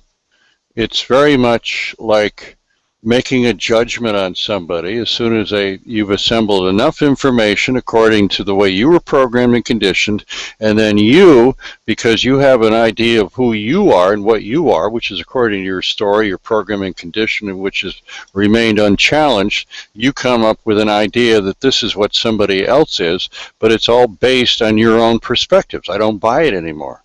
Everybody else can, but I don't buy it. So it puts me in a weird, awkward position of pointing that out to people. And I'm not saying anything that should possibly upset them, because they have a perfect right to, view reality any way they want. If they want to be folks that have not, looked at this enough, for me, that's what I've specialized in. Especially, this all started to happen after I got... I've been very lucky up until the age of 58. I never much thought about my mortality, even though I'd been in several accidents, near misses, and, had some long-term illnesses. I've never challenged, never even thought about my mortality until this whole problem with the bodily issues came up. And then it changed. It made me, for some reason, start looking for answers. Not only because of the suffering I was having to endure, but because it looked like the ride was over. It looked like there was, I started thinking about my mortality for the first time in my life. So for 58 years, I was pretty clear of not even thinking about such a thing. And it's funny, what you resist persists. So the more I would think about my mortality, the more I would think about my mortality, which would then start freaking me out about, well, what are you going to do about that? What is this? And so, there was a period of discomfort, extreme discomfort with it. Now I'm much more at peace with the idea of dissolving into nothing, because by looking for the exit, I found one. I found my exit. I still am this and that, but I'm also have an acknowledgement that the mind can't fathom and really is unexplainable in terms of words. I can't give the experience to anyone. There's no way that I can give that experience to people, and I'm still subject to, well, there's an old saying, I don't know how old, but it says, you could call it before enlightenment or waking up, and I'm making no such claim, but I can relate to it, okay? Chop wood, carry water, be depressed before enlightenment. After enlightenment, chop wood, carry water, be depressed. But everything is different. Now, that only means something to the people that have had that experience. And my experiences so far have been what I would, everybody has a 10, okay? The 10 of the most pain you've ever experienced in your life. I would say that pain is where you passed out, okay? That's a 10 for sure. You passed out from the pain. And you could say, well, that was one particular situation in my life. It was when, I got my balls caught in a vise, okay?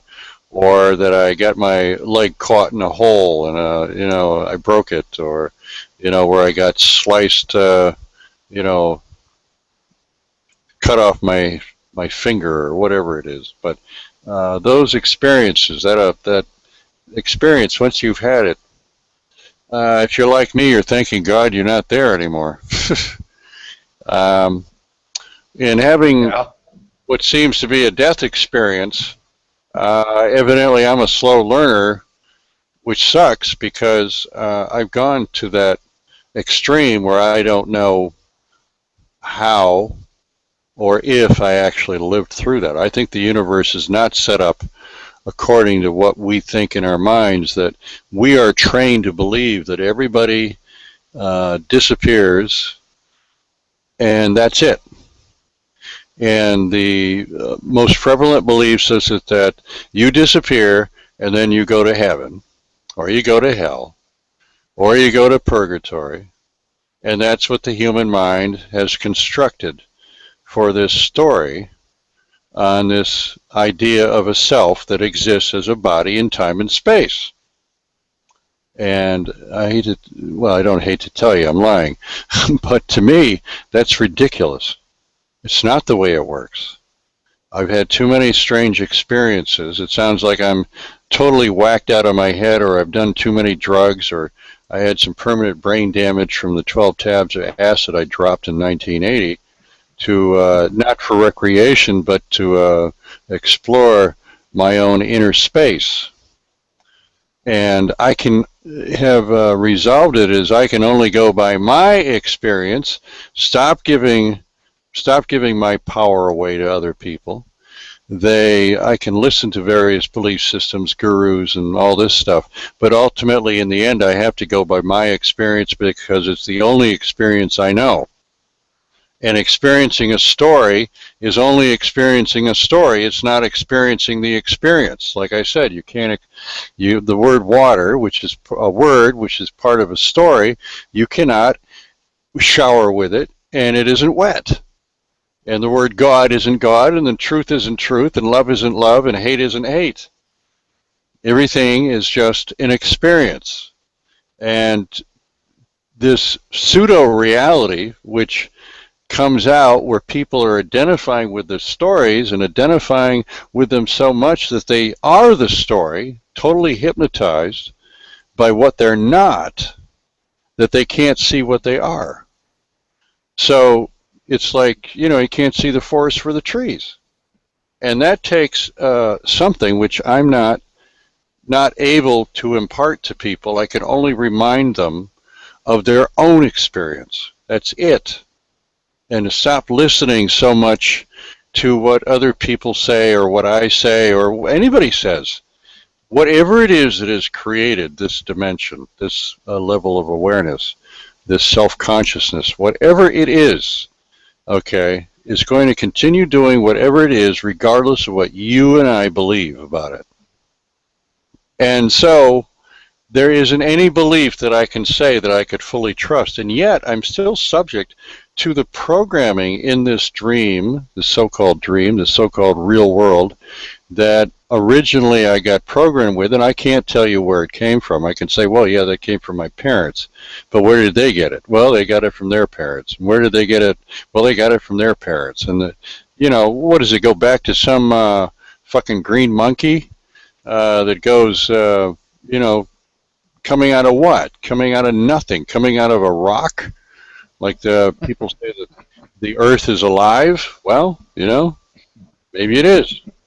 Maybe everything is. I don't know. Fuck if I know. I can't talk about that which isn't my own personal experience, except, I've experienced stories, and I experienced people so-called, that seem to be missing certain key ingredients, like somebody left out the leavening agent in the bread and it's now flat bread. Well, I don't have a problem with flat bread, but if I want, risen bread, and I'm programmed and conditioned to react to people that are, fully there, fully alive, fully compassionate, loving, giving, exhibiting traits of charity, and I decide that that is what spirituality is, then obviously I'm going to be looking for that, and I'm going to be against anything that isn't that way. So those are going to be my friends.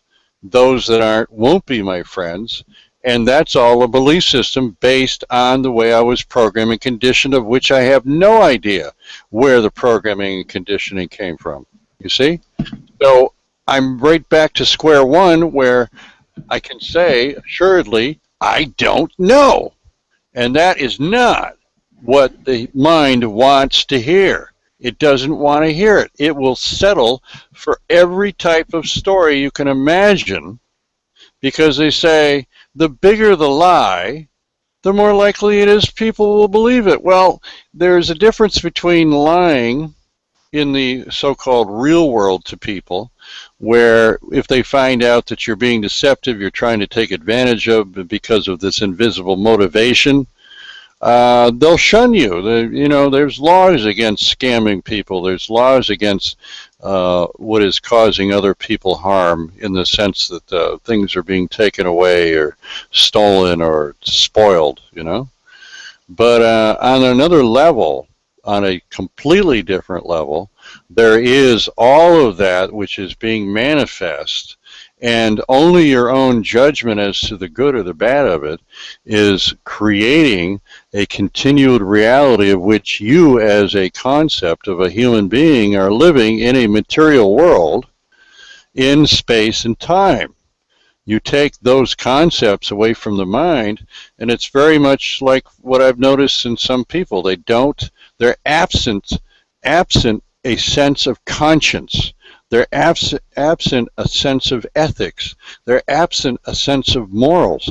But who am I to judge them because they seem to be absent? Because what I'm looking at is everything that is manifesting within my space, including my own body, my own thoughts, my own mental construct, and everybody else is the same. So if I see ego, I have to have ego to recognize ego. If I can see hatred, I have to have hatred in order to see hatred. If I have love, I have to have the love receptor in order to see it. Just like the eyes are receptors for light. If you don't have the receptors, they call you blind.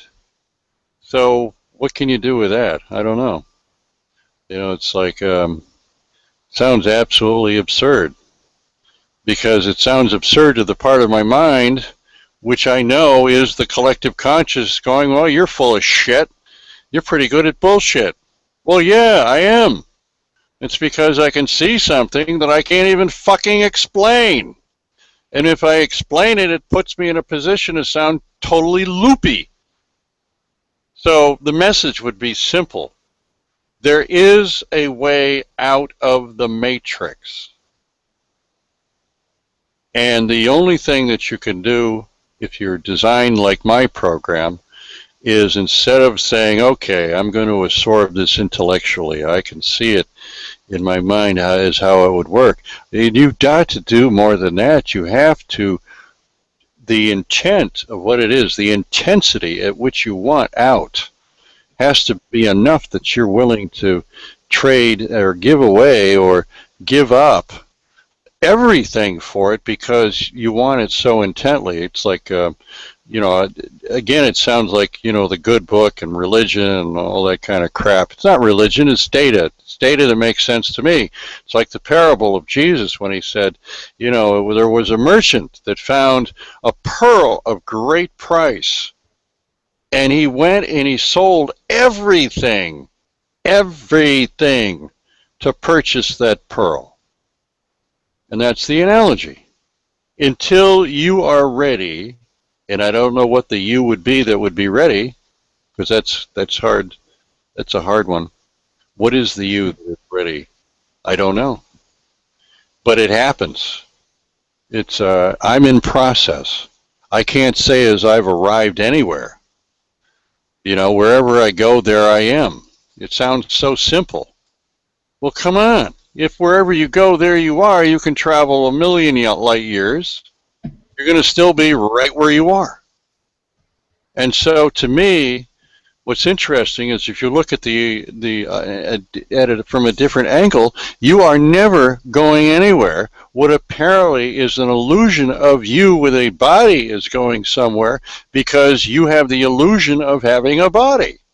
And that illusion of having a focal point, a relative place, which you say, it is I, and I am here, and I am the observer with my eyes and ears and my feelers, my appendages. You can then you have invented an entire place where you can hang out in this what is to me only consciousness, which is coming out of this space of which you are. In other words, if you die, you're not going to die and go anywhere because you are where you are. It's true of now, and it's true of if apparently you lose your body and experience. My experience has taught me that apparently I have lost my body a shitload of times over the years from different things, not only from the use of chemicals, but in terms of what apparently was a heart attack one night.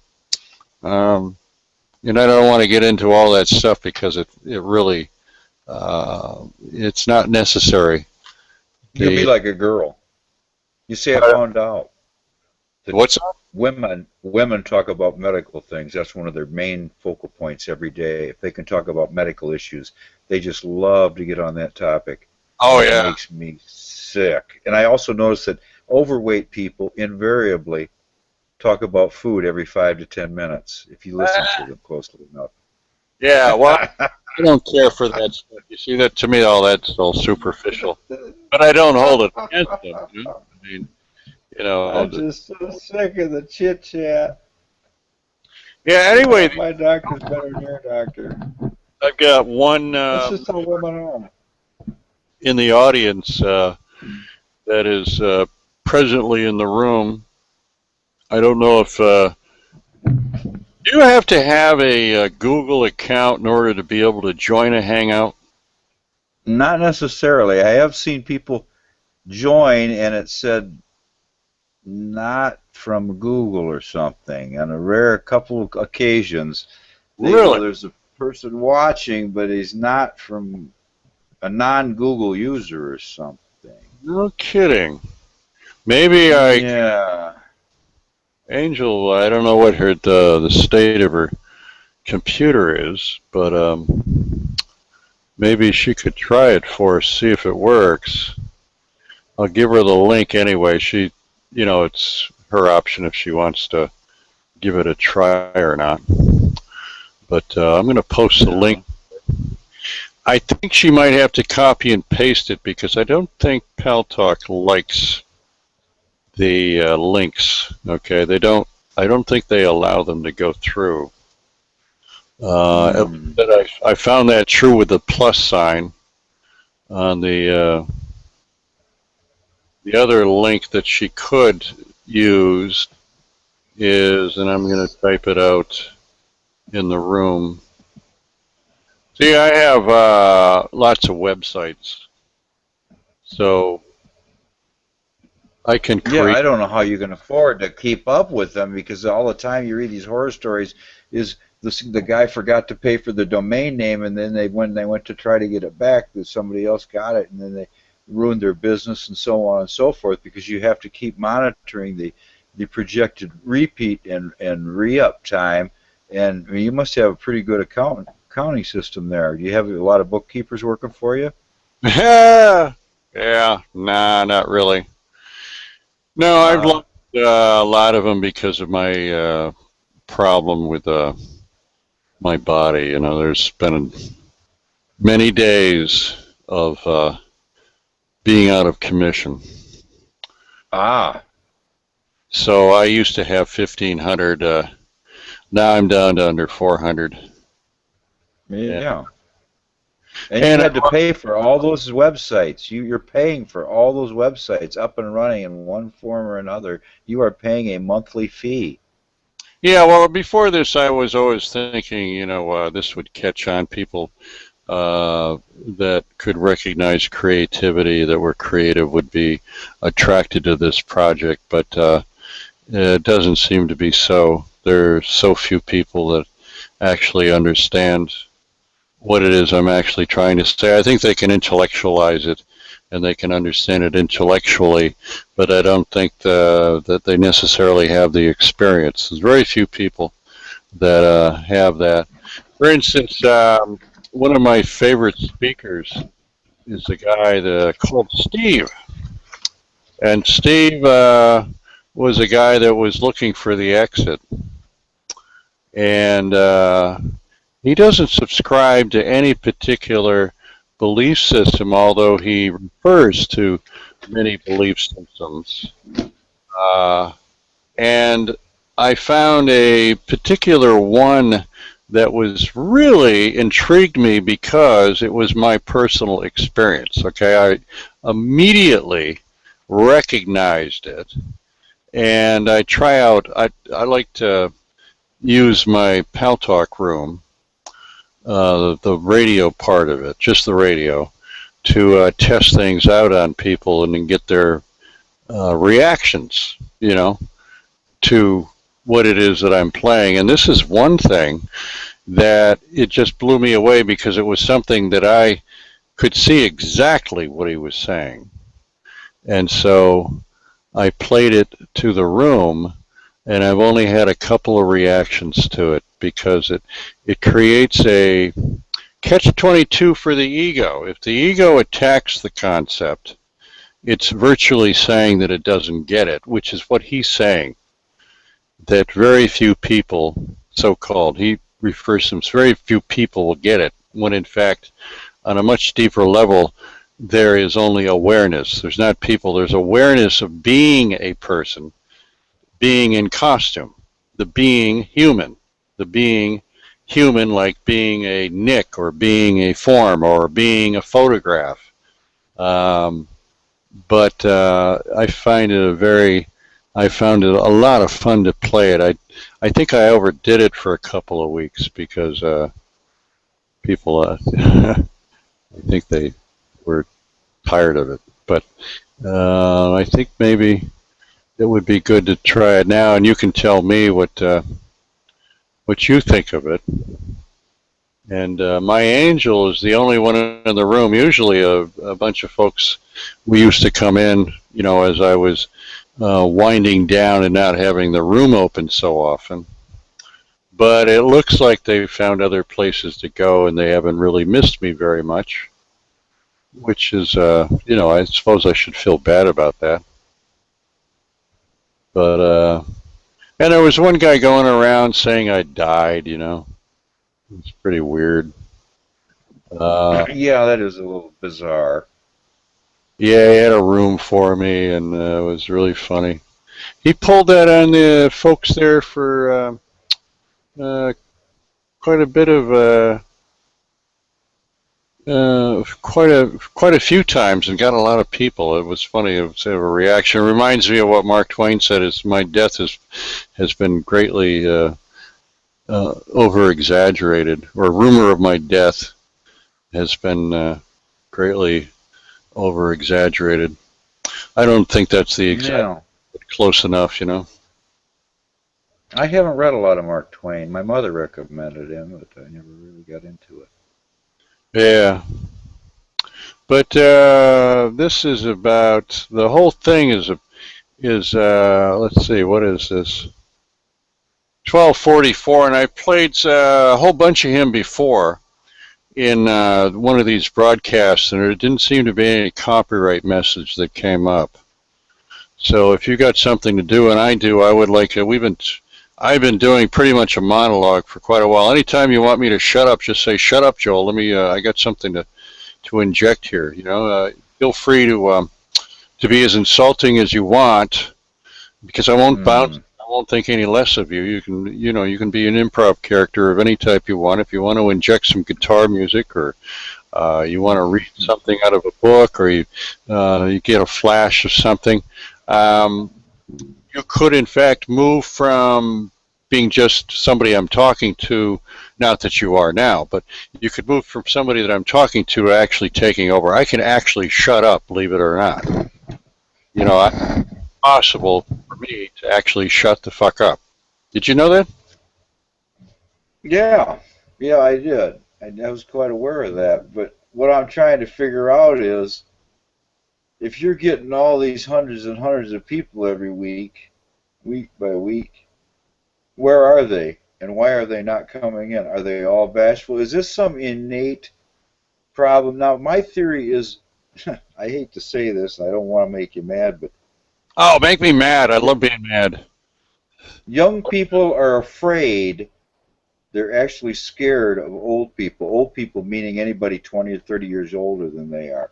They're extremely scared and they don't know what to say and they feel out of place because here's an old person and like what have I got to offer? This guy's been already walk the walk. What am I going to do? And and so and as far as somebody being our age and being on Hangouts, man, that's got to be a rarity.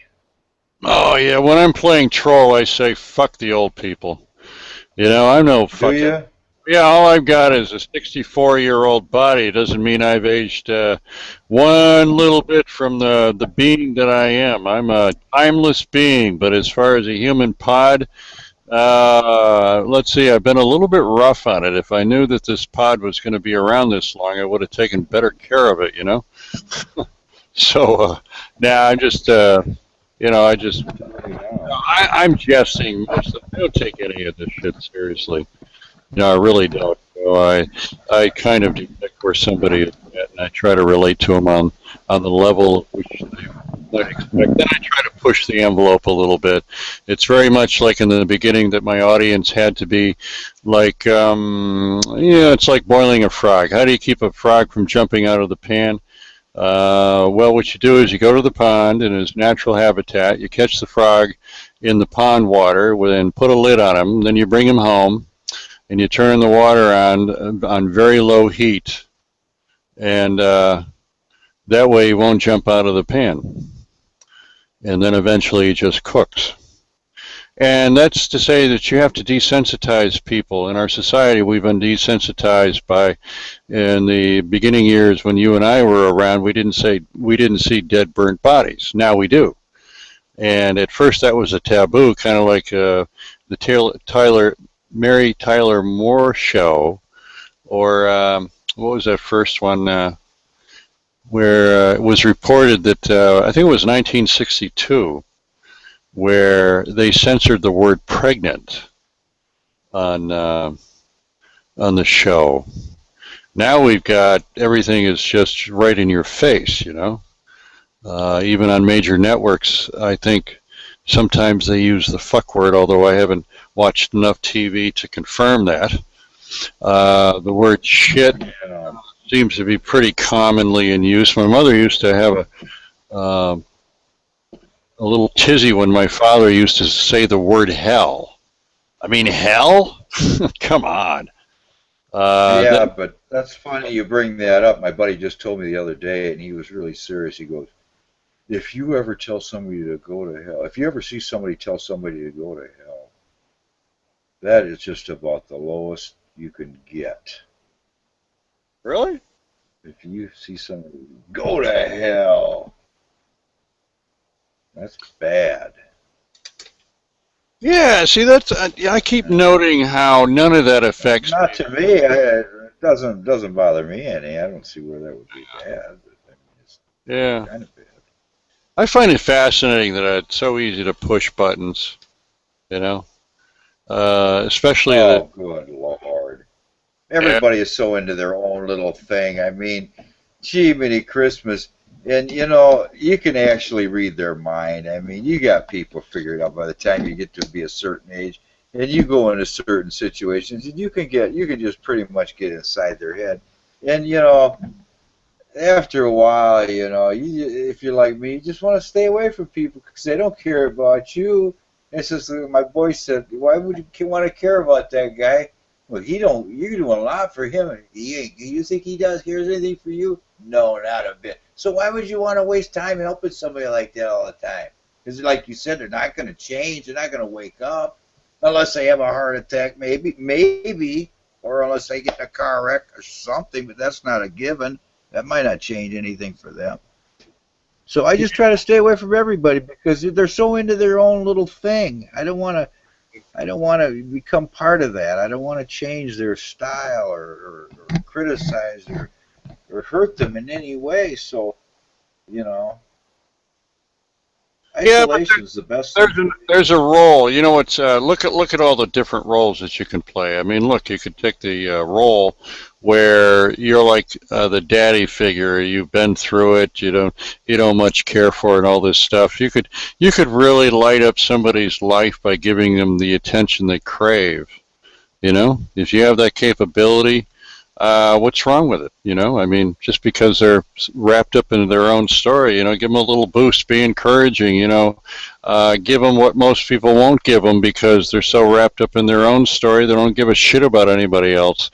Be one of those people that it will actually encourage them to go further. I mean, if you look at the stories about, having teachers during high school, there have been all kinds of stories about teachers that were inspirational and actually brought a kid, out of the dumps, whether it be like a kid that I had here one summer where he was totally fucked up. I mean, he was like a bad kid, just looking for trouble and had a mouth like you wouldn't believe. I mean, worse than any adult that I've ever heard. And the kid was 13 years old. Well, investigating the story and running what I call the Thought Bridge Ministry, he was one of 22 kids. His father lived 18 miles north of my facility, but one of his daughters had rented an apartment just up the street, and this is one of the kids. He had a 12-year-old brother, and I kind of took him under my wing, and I taught the kids that summer. I had a summer program going for the youth, and I sold a BMW motorcycle R69S that summer to finance it, and set up a program for the kids to come over and be able to earn thought bucks, which they could spend for air hockey, pool, renting bicycles, a canoe, a welding shop that I had, making arts and crafts and all that kind of stuff. And I took him for How nice of you. Huh? Oh no, it's How nice of you. Yeah, well, nice of me, nothing. I mean, that benefited me. People don't realize that actually giving and having the ability to give is one of the greatest buzzes you can get. It isn't a matter about getting thanks. If anybody is giving to somebody else to get a thanks, that ain't giving. That's trading. That's a tit for tat. Giving, on the other hand, true giving from your heart is the fact that you are receiving the impulse to actually give. That isn't from this so-called self of yours that regulates everything, that decides how much to give and what to give and whether or not it's going to get anything back, like an investment. That's not giving as far as I'm concerned. True giving is the secret to the life that you are, because that giving is coming from a space in you which is the space, which is giving all the time, but we block it by having all these superficial gods, and placing them as more important than actually plugging into the creativity of which we can be a window pane for to shine into the world. That is the gift when you give. When you are actually giving yourself and trying to help other people, when you see your brother's need and you fulfill their need even before they've asked for it, that is true giving, as far as I'm concerned. But so few people actually see that. It's just amazing. I mean, I'm not surprised by it anymore. It just is the way it is, so I accept it. But that don't want to make anybody, get a case of Jewish guilt. But if you want to see more giving on my part, which I've been doing for years, help improve some of the equipment here so we can do that. It doesn't involve myself as much as helping other people get a clue about what would improve this world, which is improving yourself by going within yourself to find the place of giving. Because what you give is what you get to keep. That's the strange thing on a metaphysical level. What you give is what you get to keep. So if you're giving hatred out, that's what you get to keep. You get to keep more of it. If you give out judgment, that's what you get to keep. That's totally foreign to this idea of the ego, where you give something away and you lose. And the universe even supports that in things like the secret law of attraction or some of these other belief systems that kind of confirm that. But if the ego tries to give in order to get rewarded by the universe, it doesn't work. You can't get there from here. It has to be genuine, because the universe knows. You can lie to yourself, you can lie to others, but you can't lie to that part of yourself that knows absolutely everything. It's always, so to speak, one step ahead of you. So there has to be a change of mind, literally a change of mind in how you do business. If you do business the same way and expect different results, you're going to end up with a definition of insanity, because if that's what you've been doing and expecting something different when you're doing the same shit, well then quite possibly you're insane. So you have to come to terms with that, to say, okay, all right, seems like I'm insane. You have to accept that about yourself and go and move beyond that. In other words, what you resist basically persists. What you're judging in anybody else is what you're judging in yourself, and you're perpetually at odds with yourself. That's the problem. And I've tried to explain it simply, and I'm not saying anything original. I mean, none of these thoughts that I've expressed are original in any shape, form, or manner. There's a lot of folks out there saying them. The difference is that I've seen how it works for me, so I don't have to go to the textbook and say, well, it says right here, this is the way it is. I just know that. So that's why it comes out the way it comes out, in my own unique way of saying it or not. It may be different words, but it's the same thing pointing to the same thing. So the bottom line is to say, okay, folks, if you're having a problem in your life, you've got to wake up and understand that if you are doing the same thing, you've got to find a way.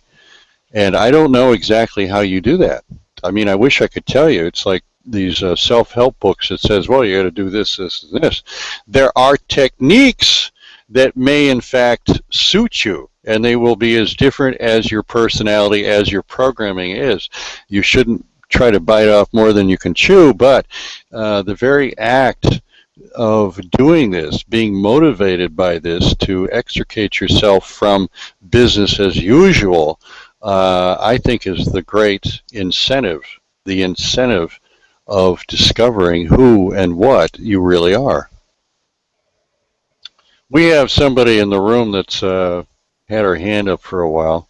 Let's find out if she can speak right now. Hey, my angel TH, are you around? I don't know if she went out for coffee. I just noticed she took her hand down. Angel! Oh, she's Am. She's Am. Yep, all right, she Am. Okay, let's see if we can hear you. This is... I've got in the other room on Google Hangouts, Ted, the Galaxy Hopper. Say hello to Ted, if you would. Okay. Hi, Ted.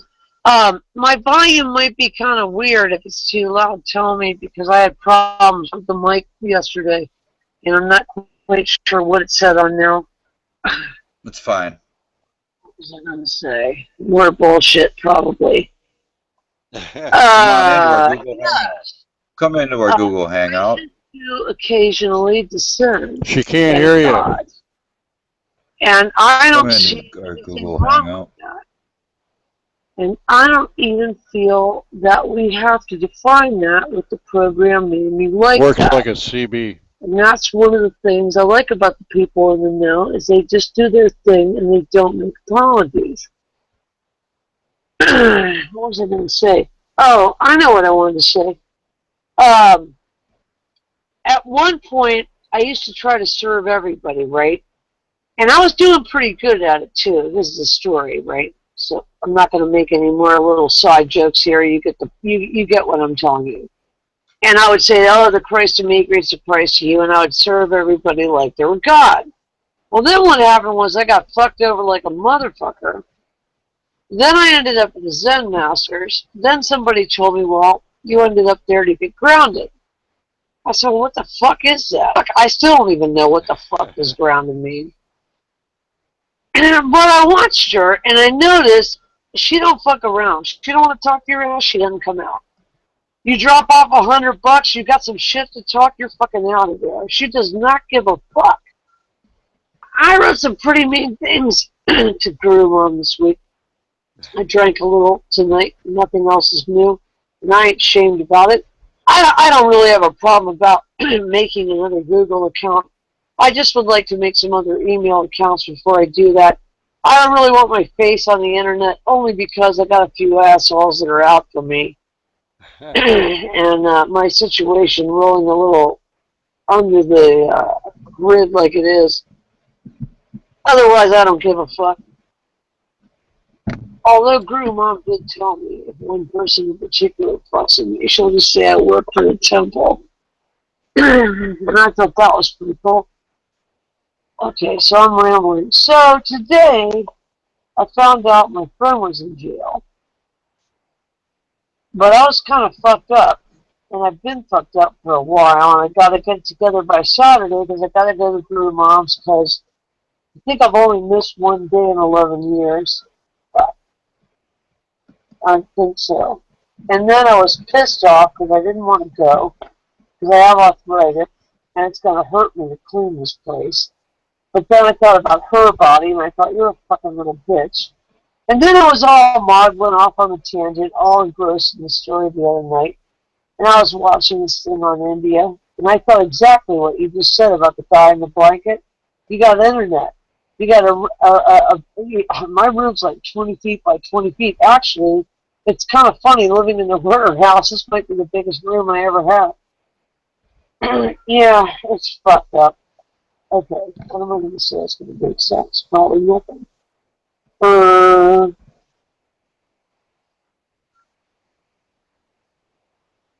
This room is important because of the energy field, not the bullshit we're talking here. You know, I only opened my own room twice. Ha! That's funny. If you want me to get off the mic, just say so, but that's funny.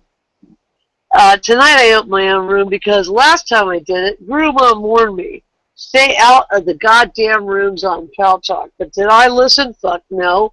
And that's when I ended up with the reptilian alien downloaded on my ass. So one night I fucking opened a room. And if you look at the whole double message on this thing, you know, usually I don't like it, but actually tonight it's funny. So tonight I said, fuck it. I'm going to open Everything's Allowed because last night, I'm rambling, sorry, I went in the Satan room because I got kicked out of a few religious rooms, whatever. I went in the Satan room, and the Satanist, I said, what are you, some 14-year-old fucking goth rocker with eyeliner and shit? And he goes, no, how old are you? I told him 50. And I said, well, what do you believe? And he goes, I'm really not here to proselytize. I said, listen, here's the deal. Nobody's letting me play the shit I want because I was really drunk and I just wanted to play the music I wanted to. And everybody's bitching. He goes, I don't care what you play. I'm working on my other computer. I said, fuck it. I'm going to roll it out for the devil. I don't give a fuck. I told him the energy field's a little heavy in here, but other than that, I mean, you know, shit, what do I have to be afraid of? I already got reptilian aliens. I'm already living like hell, so I mean, how much more can you threaten me with? Of course, that's maybe not a good thing to ask. So I go in there, and it's my ego story.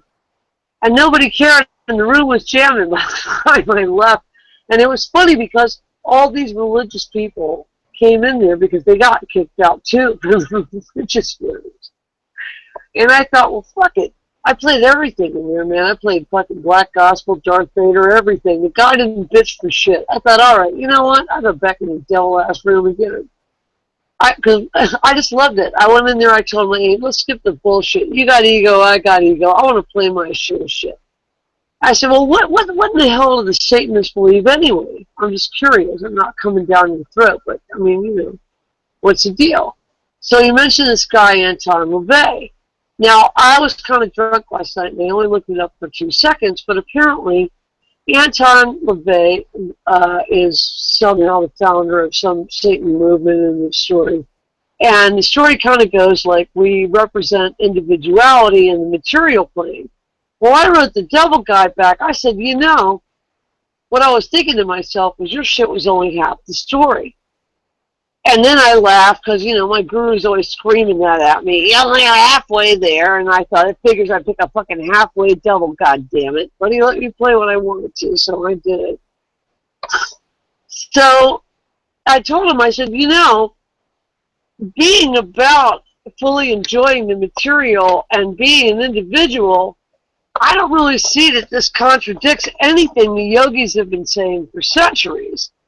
And since you seem inclined to have an intelligent conversation, perhaps we'll continue this at some point.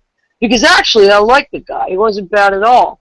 And he told me, well, Satan always tempts the ones that are closest to him. That's all I'm going to tell you. I said, bitch, I've seen that tour. You are not telling the bullshit motherfuckers in the ghetto anything we don't already know. But I've said that because, you know, in the holy rooms, nobody's going to tell you that. They're never going to say that. They're going to do that, right? And again, I don't care if it's ego. I would like to reiterate, just for the record, Joel, I told Guru Mom that about you. He's not up here saying he knows everything, but you damn sure do know a lot. The energy field matters. The energy field in the Satan room wasn't good, and I knew that, but I said, fuck it. I'm just going to do it. What does Guru Mom tell me? Oh, you're testing yourself. So, anyway, I'm sorry. Thanks for putting up with my fucked up all over the place brain. What I want to know is, there was a point when I really loved God and all the people, and now I fucking hate them all. Today I called the nun. Oh, back to the story. About this chick that went to jail. And I'm laughing about the devil message, but whatever. She's a little crazy. But I'm a little worried. She's not a bad chick. And she's in jail. I looked it up on the sheriff's department. She's there. And I don't have any money, and I don't know what to do. And I might not have it together enough to go get her out. And I called the nun, and the nun goes, so what? So what if she's in jail, right? Okay. Let's cut to the chase. If you're going to make that comment, so what? Based off your level, Joel, or Supo's level, so what? Then okay. So what? The karma comes, the karma goes. No problem. I'm totally down with that. But I wrote back to Guru Mom, and I'm in a lot of trouble. I'm in a lot of trouble, I know. I told her, this is exactly the kind of asshole remark that makes me fucking hate religion. If that nun's fat ass, mean little fucking daughter who hates religion, this bitch really hates it, was in jail, do you think we'd be hearing so what? So how did you get past the point of hating everybody? And I know the answer to that has to be, when God reveals himself, you just don't hate him because he's too cute and you don't want to kill him and shit. But right now, I fucking want to kill them all. I mean, I'm not going to do it, but you know what I mean. I'm done. Thanks.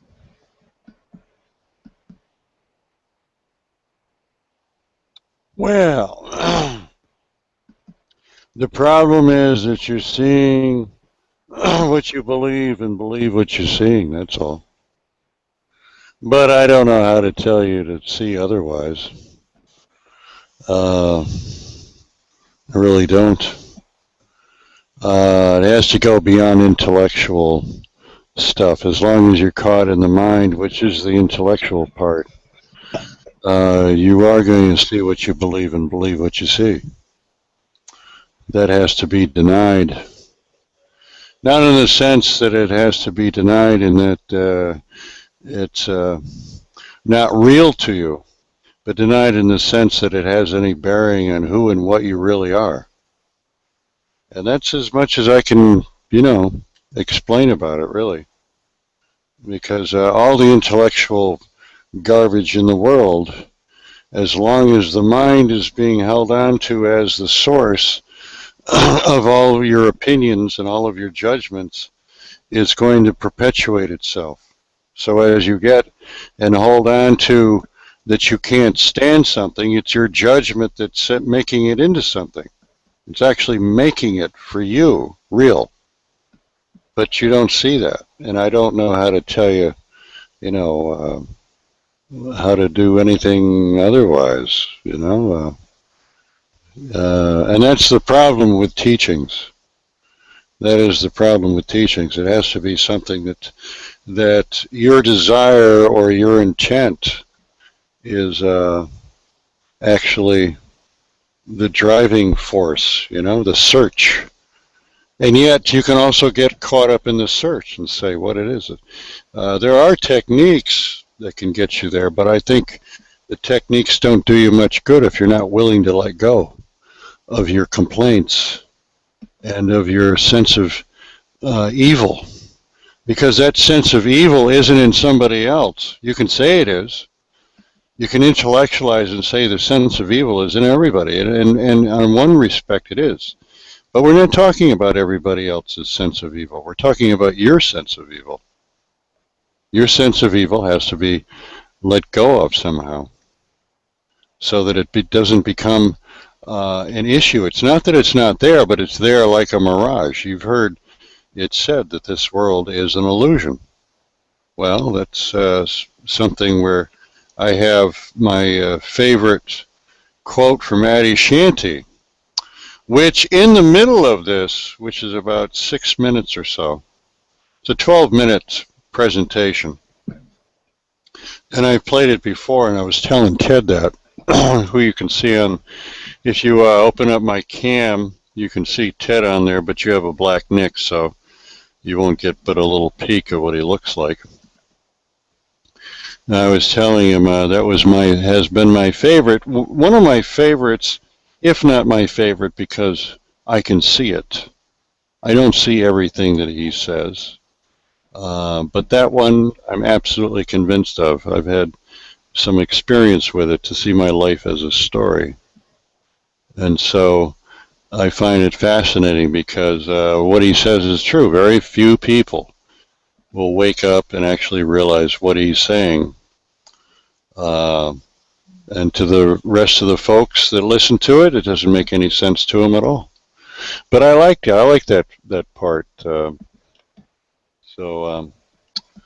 let me see if we can't play that. Then we'll come back. If in the meantime you can find, you don't have to put a photo on your profile, by the way.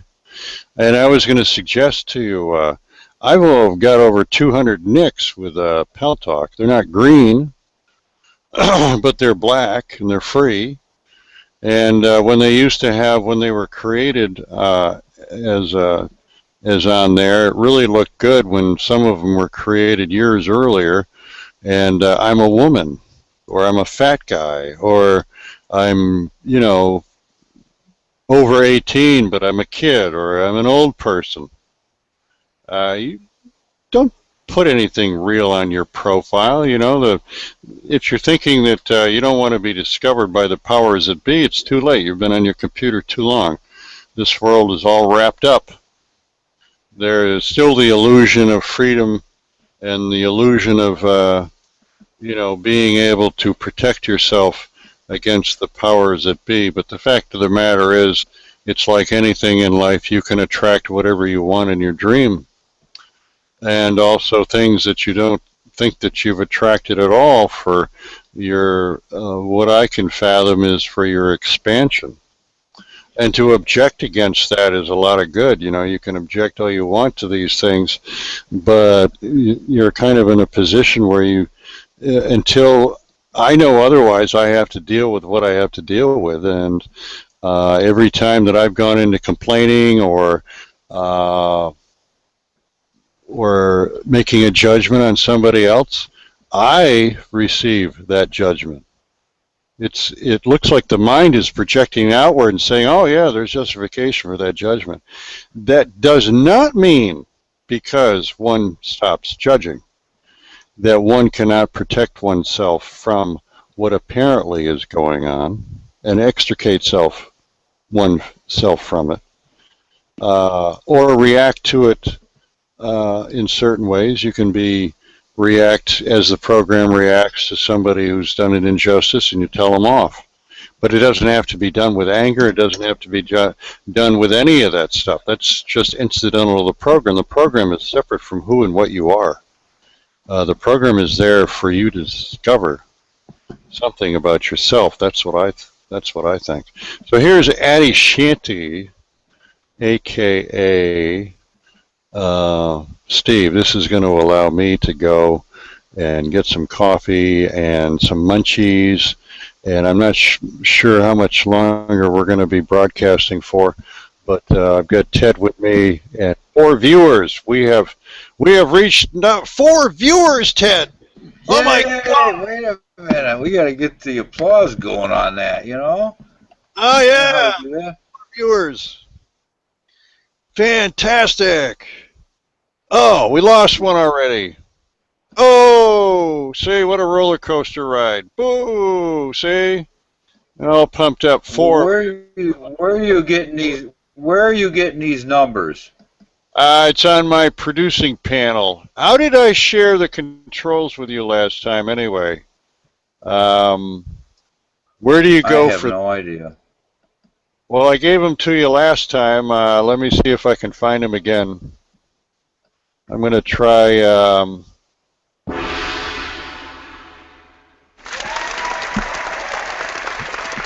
Thank you. There it is. It's under the control panel, control room. Okay. Here you go. There's your shared controls. And Oh, good. Thank you so much. that's under the thing, a little, what looks like a slider box. Okay. Yeah, I see that. Yeah, that's the 3 dots. Can you see the 3 viewers now? Does that show up for you? Just a moment here. It should show up. I would. Okay. Where exactly are you seeing these? The number? What part of the screen? Upper left, right? Bottom right-hand corner.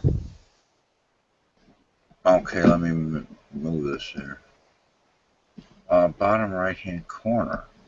Yeah, it says MBN 1 at 1, 3 viewers, and then links. Bottom right-hand corner. Oh, no. Not, you mean in the Google chat window? No. I have a thing that says See if stop it's on you. and a level. Okay, right now.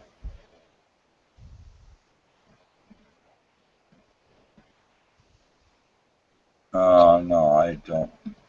So you don't have any. You don't have a meter at the bottom of the screen, do you? No. Okay. So yeah, you're not getting a privy to that. I'll tell you what, I can show it to you. Mr. Bridges, I'm going to have to retire now. I hear my wife is out there, and she's probably going to reprimand me now. So I'm going to have to leave the hangout now. Okay. Yeah, no problem. I hate to, but I'm gonna have to. But I'm gonna be having hangouts all day tomorrow. So as soon as I get up, I'll probably have a breakfast hangout, maybe a lunch hangout, and a popcorn hangout. I don't know. So. Yeah. Well, pleasure. Hanging out with me. Yeah, it was a pleasure talking to you. Yeah. We'll hook Thank up you for hanging out. Yeah. All right, I'm gonna exit. Adios. Have a good evening, good morning. All right, well, there goes Ted now. And he gets to miss the Addie Shanty thing here. So There I am. I look like hell this morning. The lighting isn't very good. I can improve that. Maybe. Maybe if I see myself looking a little better, I'll feel better, huh? There. How's that for washing me out, eh? Eh? How's that work? Yeah. All right, we're going to go to Addie Shanty, and then we might be talking to My Angel afterwards a little bit.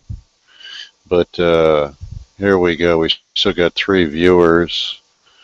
And here is a little something from Addie Shanty. And again, it's 12 minutes long. I don't know if we'll go the full 12 minutes, but I like the part where the audience goes, ooh! It's kind of like this was delivered in an obvious auditorium because you can hear the acoustics. And it must have been quite a number of people that actually, when he delivered his, what I would call a punchline, that you could hear him.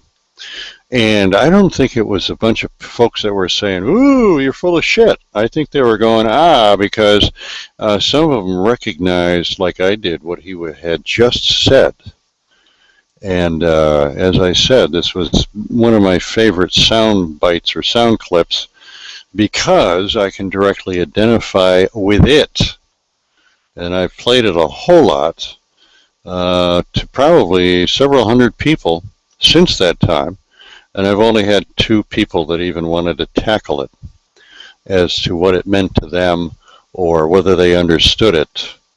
One said that, it was under consideration. Another one said that they didn't get it. That was it. That was it. I was playing it for a couple of weeks with an audience that comes and goes constantly in what we call a chat room that we use to make a connection to the worldwideradionetwork.com, which is a script. You can get the script from us if you'd like, because we're going to start our room back up on Pal Talk again at some point here. And you'll be able to feature our room. Also, try to get the message out there that I'm looking for people that have human interest stories to share. If you have a story, you don't have to agree with anything I say whatsoever. I don't care. I'm interested in stories. I think they're part of creativity. Even if most people are off in la-la land in their own story, that's fine by me. Different strokes for different folks. So if you would like to be on the show, or you're a musician, or you've got, if you want to do a debate, we can arrange it so you can do that on Pal Talk, or Free Family Chat program. That's www.paltalk.com. And our room has its basic home is under the metaphysical section, which is under the category of religion/spirituality. And my nick is ThoughtBridge Radio. That's all one word. And so if you do decide to download Pal Talk, you can fiddle around with it and you'll see where to add buddies. So add my nick and let me know that you've been added. And we can either do something in the room itself, and I can feature it here on Google Hangouts, or you can actually come on Google Hangouts if you'd like to be in the video portion of an archive of many, many video Hangouts so far. Not all of them are all that interesting. I try to feature as much different material from different people, as well as one of my favorite presentations, and that is ThoughtBridge Live, where it's my life and the people in my life and surrounding my life, and telephone calls and stupid things like somebody calling me up and saying you're ready to order your food for this week. I take it as it comes rather than trying to stay to some format where I'm pretending to be, some kind of radio personality that has all this rigidity, and we're going to take you to London, England next, and here's what we're going to do. It's not that kind of thing at all. It's just it can be very relaxed and whatever, and it can be right off the wall. So that's the way it goes. And Firecracker 12717 is here.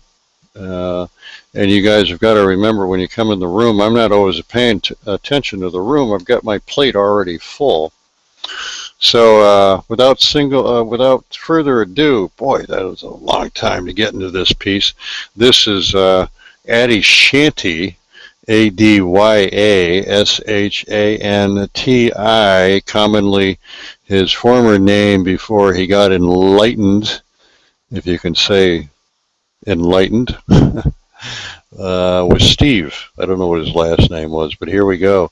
And this is called Not a Single Word is True. Because that's what most of spirituality actually is.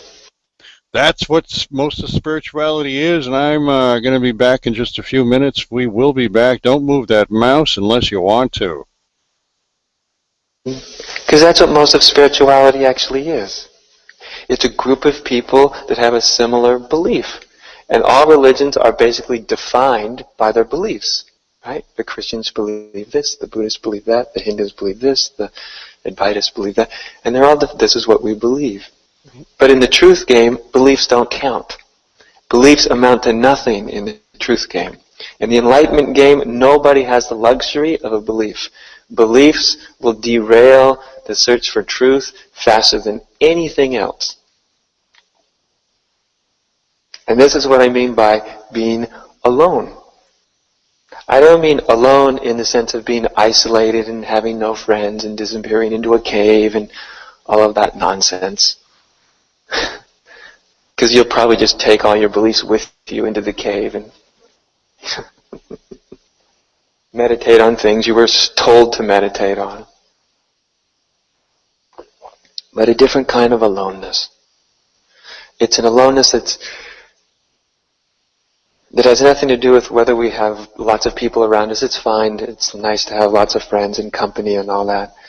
But it's the aloneness that ultimately draws you into a deeper and deeper and deeper silence. Because the ultimate aloneness isn't just the aloneness from outside stuff. That's not so important. But it's the aloneness from our own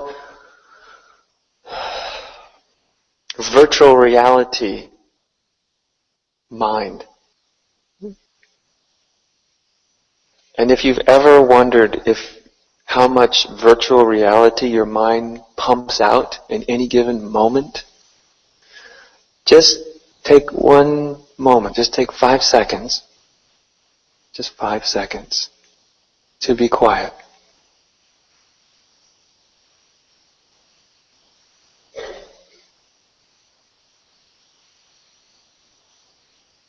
Just that. Now, everything that disappeared in those 5 seconds for you, that's what's not real.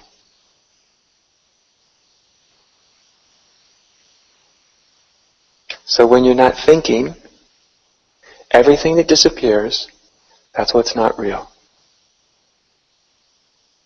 For most people, that's about 99% of their whole experience of life. Your whole world. I'm somebody's son or daughter or mother. I'm a man. I'm a woman. I understand what he's talking about. I don't understand. It's all thought. I like it. I don't like it. More thought. Will I get there? More thought. I've already arrived. More thought. I'm a relatively nice guy. More thought.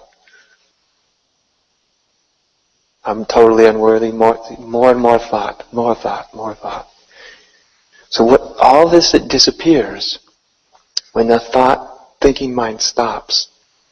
This is called virtual reality, better known as garden variety illusion. No ultimate truth. If you actually get this, it'll stun you. It will really shock you if you've never seen it before. About how much untruth we take to be as true.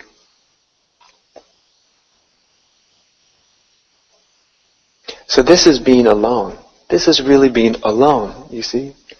It's not about caves and leaving home and all. It's not about that. It's deeper than that. It's aloneness that's inside, alone even from our own concepts. So whatever drops away when you're silent, whatever you think about the world, that's your illusion. That's your illusion. Whatever you think about the person next to you, if you stop thinking about them, that's your illusion. Whatever drops away. Whatever you think about your mommy or your daddy, when you stop thinking, that's an illusion, you see? If it drops away, that's an illusion. It's not true. To be very alone in this way.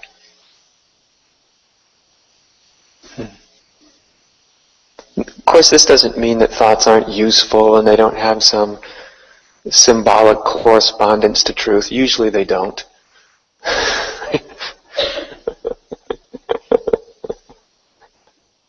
But the things themselves have no truth in them. So if you actually even just glimpse this little piece, just this little teeny piece of the puzzle about thought and the way it creates this whole manufactured reality, if you glimpse this little piece, you'll glimpse something that very few people have ever glimpsed. In the history of humanity, very few people have ever glimpsed. Just even notice that. Even people that have sat in meditation 10 hours a day for 30 years, most of them haven't glimpsed that. I mean, they know it. Okay, my mind is an illusion, but they read it. Okay? They haven't looked and they haven't been hit, like in the solar plexus, like, oh my God, that's like my whole life. Like I turn on the TV and I see so-and-so and I start telling myself a story about them, and you mean that's not true? And what I say about myself, you mean that's not true? And what I say about something, you mean none of it's true? Not even a little bit of it? Like not any of it? Like not one single word?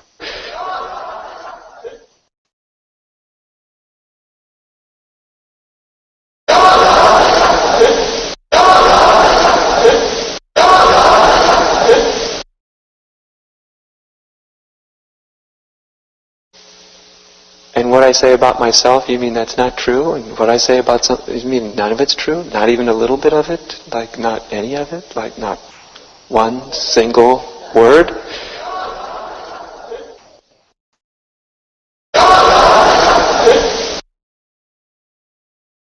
Do you see what I mean? Where does it leave one? It leaves you totally alone, does it not? There's no company there. There's very little company. Well, if you actually really let go, you'll find a lot of company there, but in one sense, there's no company. There's no shared concept. There's no shared beliefs. There's no... You see that? You're alone. The last place you ever wanted to be. It still doesn't mean you have to necessarily have found what the truth is, but you certainly have a good start on what illusion is.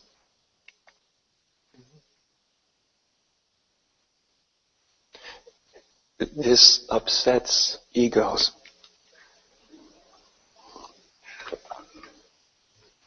Egos don't mind having their world modified, but they don't like having it destroyed. And make no mistake about it, spirituality in its deepest sense, in its a sense of a real awakening or real enlightenment, call it what you want to be, is a totally destructive process. And if you think it's about coming together, then you're just caught in another illusion. It's not about coming together. It's about destroying. It's a destructive process. Ultimately leading to oneness, but oneness has nothing to do with anything coming together. It has to do with, one.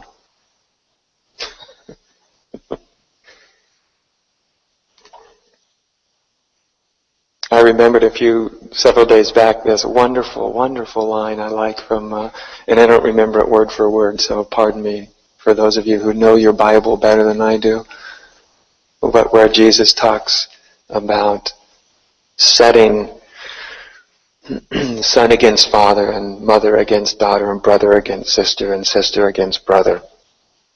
They're very shocking. Probably the most shocking parts of the New Testament is when Jesus comes out and starts telling. He's walks into the family and he just is saying, I'm basically here to set all of you against each other. And it stands in a lot of contrast to the image that we have of Jesus as this, really nice guy. He heals people and performs miracles and impresses you. And then he walks into this place and he's like a maniac. Right? It's very different. And of course, this story, what he's getting at isn't necessarily setting family members against each other. It's not about that. It's no more against setting family members against each other than someone that thinks aloneness means going off into the desert. It doesn't mean that. It's deeper than that. It's much deeper. It's deeper than setting family members against each other. It's much more threatening than that. It's much, much bigger than that.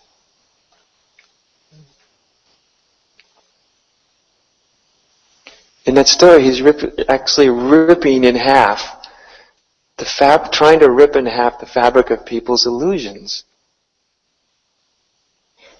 He's trying to set people off into their aloneness.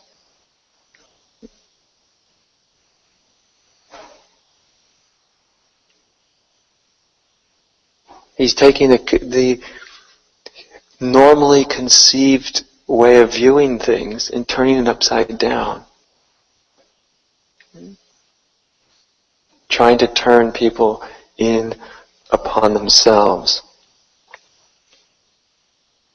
Actually, only when you turn in upon yourself do you stop arguing with your brother and sister and mother or father. So it's kind of funny how it works.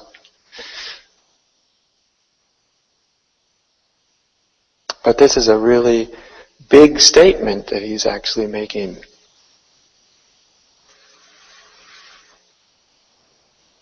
He's not trying to bring them together. He's trying to rip illusion apart. See? And egos, they don't like that.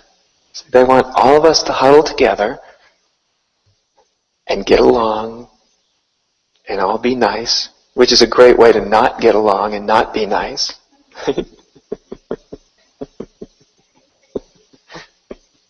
And all stay blissfully inebriated.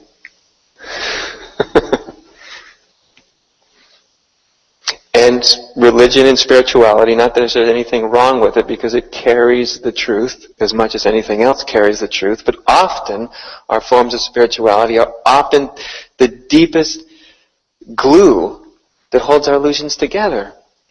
We gather in common beliefs that we are willing to die for. If you want to have a good argument, just talk about what two things? You already know them, right? Religion or politics? Thank you. See, everybody knows religion or politics. You want to get a party going? You want to set brother against sister and mother against father? Bring up religion or politics? Why? Why should religion or politics be any different than talking about, what color shoes you have? Only because that's where our concepts and our beliefs are most firmly adhered to. It's where illusion is most deeply entrenched. Which is kind of surprising when you think that, gosh, you would think that in religion and spirituality it would be less deeply entrenched, but it's actually the most often. That's why we get so upset with each other when someone disagrees with our beliefs in those realms. Right? The ego really gets upset. Because that's what most of spirituality actually is. It's a group of people that have a similar belief. And all religions are basically defined by their beliefs. Right? The Christians believe this, the Buddhists believe that, the Hindus believe this, the Advaitists believe that. And they're all, this is what we believe. Right? But in the truth game, beliefs don't count. Beliefs amount to nothing in the truth game. In the enlightenment game, nobody has the luxury of a belief. Beliefs will derail the search for truth faster than anything else. And this is what I mean by being alone. I don't mean alone in the sense of being isolated and having no friends and disappearing into a cave and all of that nonsense. Because you'll probably just take all your beliefs with you into the cave and meditate on things you were told to meditate on.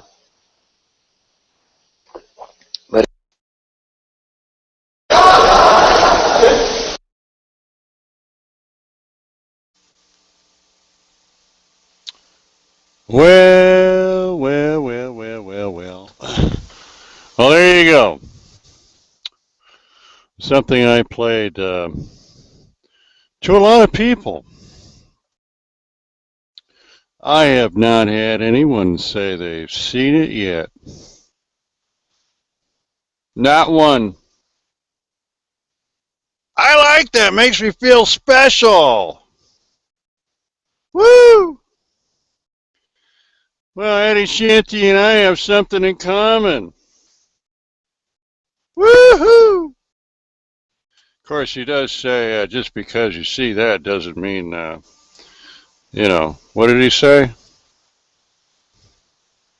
Okay, my mind is an illusion, but they read it. Okay? They haven't looked and they haven't been hit, you know, like in the solar plexus, like, oh my God, that's like my whole life. Last place you ever wanted to be. It still doesn't mean you actually necessarily have found what the truth is, but you certainly have a good start on what illusion is. Exactly. Exactly.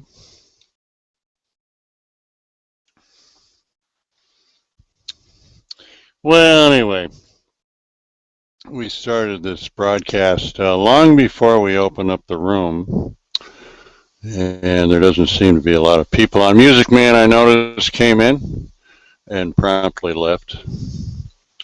So I think we're just about finished here. Gotta have somebody to talk with, folks.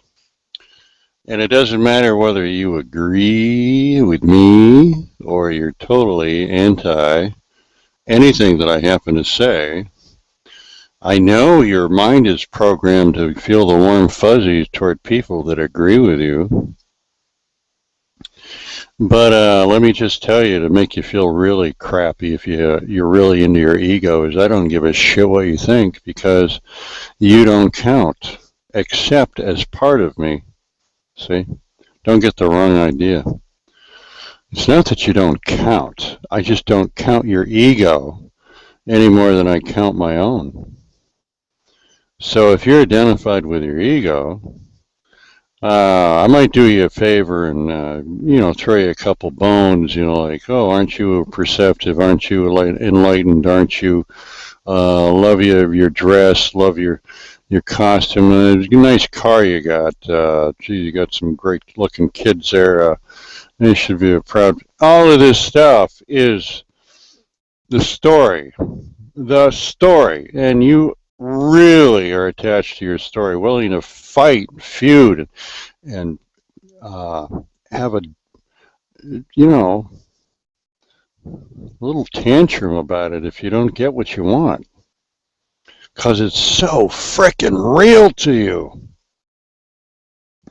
So frickin' real. You can't even see that it isn't that real. And it isn't real at all. The stories are just stories. So the question remains, what would you be without your story? What would you be if you couldn't say another word? Something you might want to think about. Who would you be if you couldn't complain anymore? Wah, wah, wah, wah, wah. You know, a lot of people out there like that, you know, sitting in hospital beds, you know, they didn't even think they were there until the technology became available to scan these people's brains and let them know that they're right there. And they're just like you and I, you know, their brains are lighting up and responding to stimuli and questions and all kinds of things. Some people can't even move a muscle. Can't blink once for yes and two for no. But I see what the problem is, having gotten this far. And I don't know where I am in the waking up scale. I have no idea. I mean, that's like almost wrong to say that, because there isn't any me to wake up.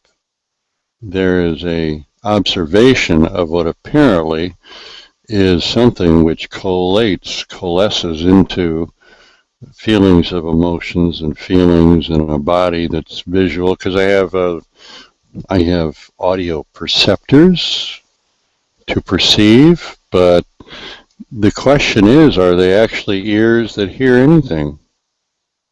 Or is there a little something else going there? Eyes that apparently are aware of light. And there's well, you can believe anything you want, that's for sure. I'm no different than you are. I still have an awful lot of seemingly questions and issues and all kinds of stuff, but there's a part of me that also acknowledges something that never was acknowledged, never was seen before, which helps quite a bit. Quite a bit. And I take the attitude that I'm talking to myself all the time, even if apparently there are other people and situations, and yes, there is a matrix. There does seem to be something that operates like a video game. You do make the wrong moves, make the right moves, you can get to continue to play. And that's the way it is. And that's not to deny that there is a body and time and space. It's just to say that there's something else there that never was seen before. And that's the part that is invisible, that seems to be right there, could be noticed if it wasn't for the fact that I was hypnotized right out of it. There wasn't anybody to blame about it. It's just, it's very difficult to try to put that into words, and even harder to think that somebody else, so-called, would get it. So I'm kind of looking for people that understand what he just said, because it doesn't necessarily mean you're home free, but you have a pretty good idea of what illusion is, and it's not just a matter of reading it in a book. It's like the difference between comprehending it. You can be a speed reader, but if you don't comprehend what it is you're reading, why are you reading so fast? What is the point of that? Just to absorb and let's say you have a photographic mind. There was a guy, supposedly, I heard about, that could recall, thousands of books. And his mind was able to go back to the page number and the part of the book where he could regurgitate it. Well, what good does that shit do you? Does that have anything to do with your state of happiness? Well, evidently you can have a car, and if you need it to use it for something, it can give you happiness in terms of the use of it, what you're going to use it for. If you don't need a car, is it going to give you any extra happiness? Unless it's a status symbol and makes you special in the eyes of other people. I mean, everything comes down to a you, so-called, that gives it all the value, all the meaning, and all the purpose it ever has or will have. Isn't that a mystery as to how that got it planted in your consciousness? And you say, no, it isn't. It doesn't. That's all. I don't have to think about it. It doesn't make any difference to me. Well, fine, no problem. Different strokes for different folks. Nobody said you had to. Nobody said you were interested. That's the end of it. Just live your life, shut up and die. Well, I mean, not today, but, you might have a few years left. And, of course, today, right now, you're making certain assumptions. Things are going to be pretty much the same tomorrow. You're going to have the same people with you, and A lot of you are going to wake up and find out it just ain't so. It's kind of like finding out Santa Claus isn't real anymore. Same concept. You wake up and you find out that what you've been doing is you've been indulging in illusion. It's made up. It's all pretend. You're the great pretender. And you like to separate yourself from other people because you can see their bodies. You can see they're males or females and they have degrees and this and that. But all of the components is a menu that you can choose from. And some of these other so-called people, you see other people as people because you see yourself as a person. That's the way it is. It seems that apparently other people see other people as they do themselves, or different, totally different, either as themselves or totally different, and that's how they get the idea that they are not partaking of the same menu, and the menu is vast, but it is finite in the sense of emotions, feelings, concepts, ideas. Well, you can't really say that that's finite, but it seems like it's unlimited, but finite at the same time. That's another oxymoron. There seems to be a lot of them when you try to traverse between the something and the nothing. But anyway, we got 5 viewers now. If you would like to join us, go to www.t as in thought, B as in bridge, V as in village, A as in association, tbva.com/hang-ups, not hangouts, hang-ups. It's my way of being playing around. Not hangouts, it's a hang-up. Hang-up. Yeah, you got any hang-ups to share? Sure, I got plenty. I got issues. I'm very fond of my issues. It gives me something to play with, you know. Oh, I have this issue. Oh, let's look at it. You know whether they're good or bad or whatever they are. Who cares? You know, Jesus Christ. You're going to stop resisting. I'm not my thoughts, by the way, folks. You can be your thoughts if you want to be. I'm not my emotions. You can be your emotions if you want to be. Not my ideas. You can be your ideas if you'd like to be. There's nobody here to possess those thoughts, feelings, and emotions. There is thoughts, feelings, and emotions. That's what's going on. This having to have this middleman, like as a person, a body, a person who can be proud to be an American, proud to be a human being, proud to this, proud that. Well, blow it out your ass. Oh, God. I'd like to pull the carpet out from underneath the middleman, which is the concept of yourself, so you could see what it was like to be done with the burden of this this bullshit where you've been trained and programmed and conditioned to be, you know, like a salivating dog to be rewarded when you do it according to the way you've been trained, you know. Jump, puppy, jump, big, here's a bone. Oh, bad puppy, you didn't do that. Oh, bunch of crap. Well, listen, folks, you can still retain the data and play the game, but you don't have to be so involved. Don't take it so frickin' seriously. It's amazing how the sense of ego can totally separate you from everybody and everything when you don't even realize you have to have a perceptor to see evil. So where's the evil? Yeah, this is what you really don't want to hear. The evil that you perceive, guess what? Only you, have the receptor for it. Don't like that, do you? I didn't think so. Look no further for the evil but your own consciousness. Now you might want to ask yourself, are you the evil or are you the good? Huh? Are you the good? Are you good evil? Fact of the matter is, you might question as to where your judgment came from.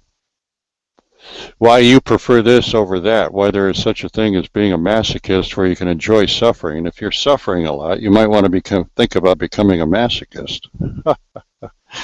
Yeah, that might solve the problem, whereas you never really appreciated pain and suffering before.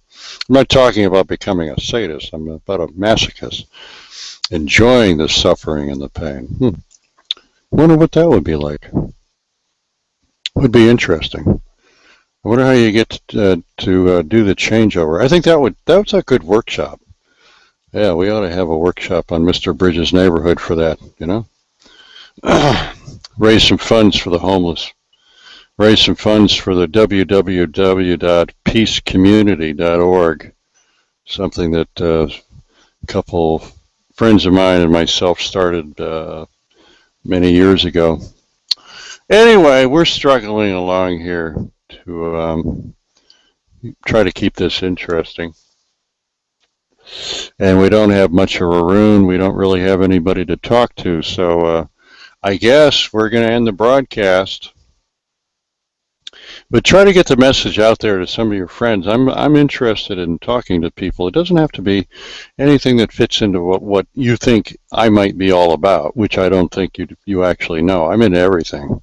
A little of this, a little of that.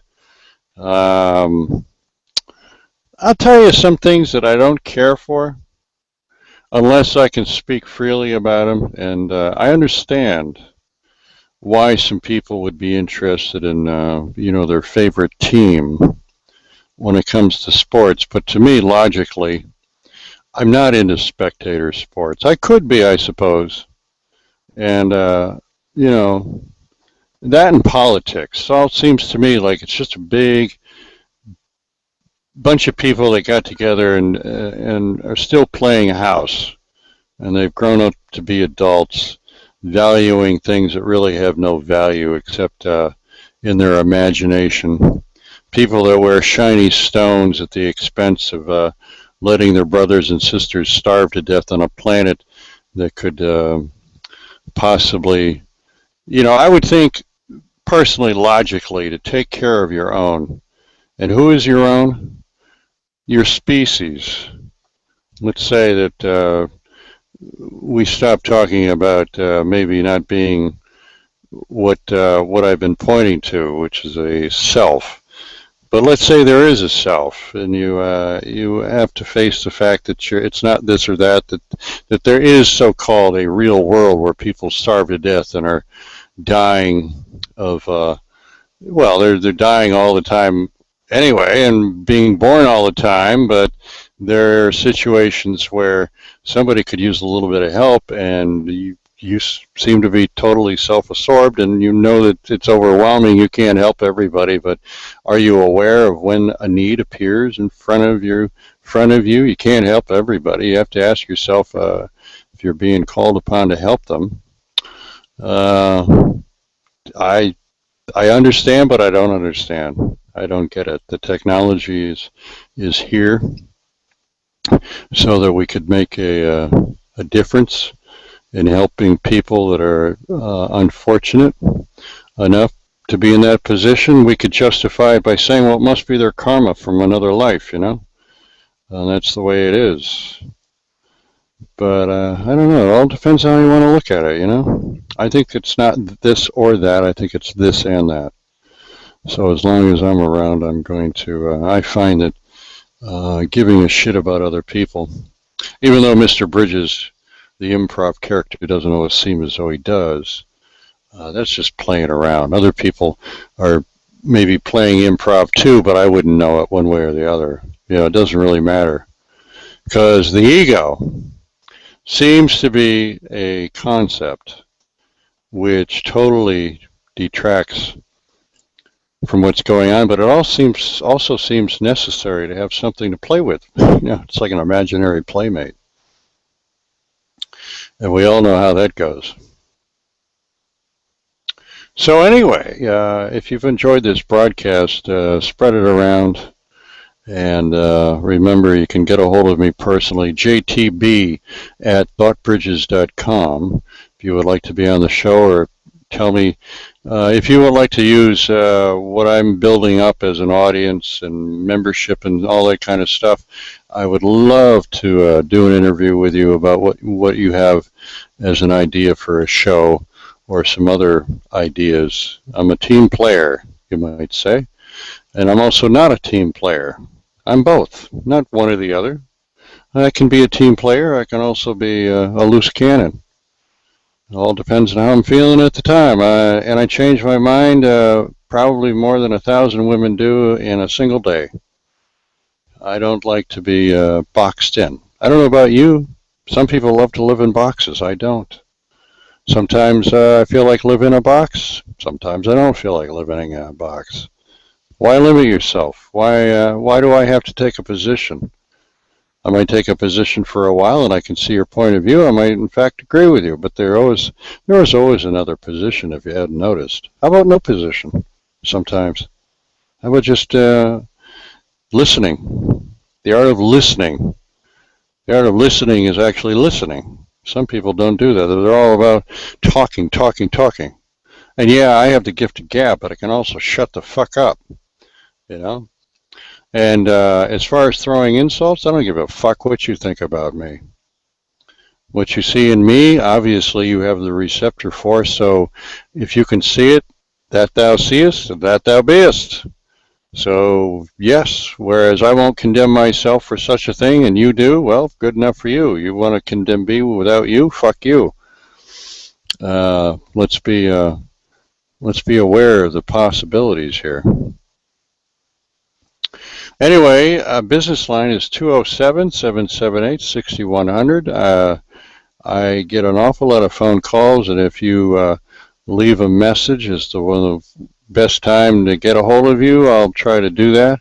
I can't guarantee I'll get back to you right away because this is a very low budget operation here. I don't have any employees.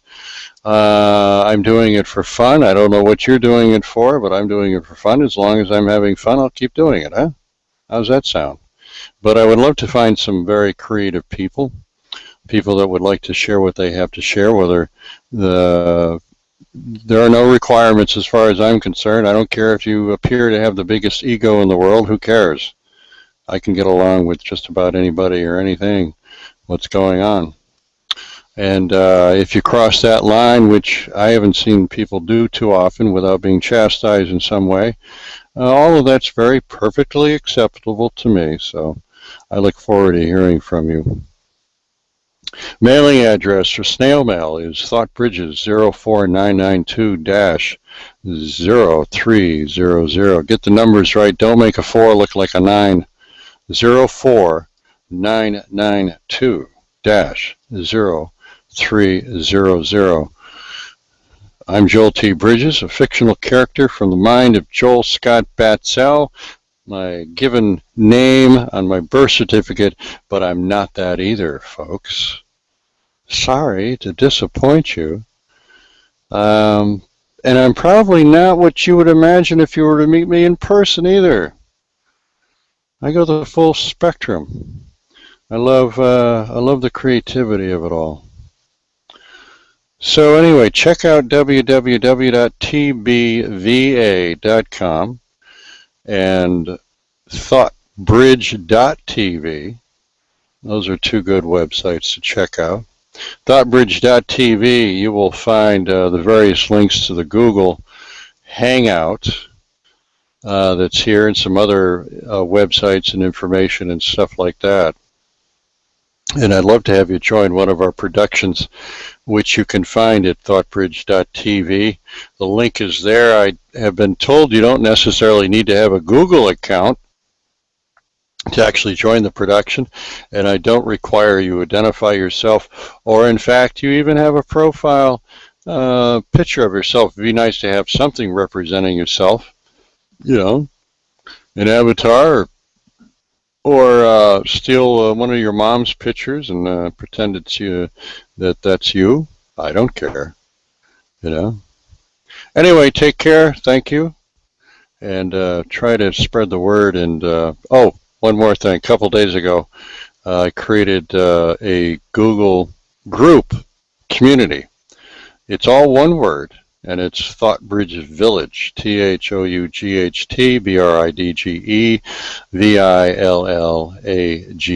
Thoughtbridge Village. Do join that. That's basically a place where you can express yourself. And also another one that I created was Thought Bridges. Those are two brand new communities now on Google. All right, take care. And, yeah. And may you find what it is you're looking for.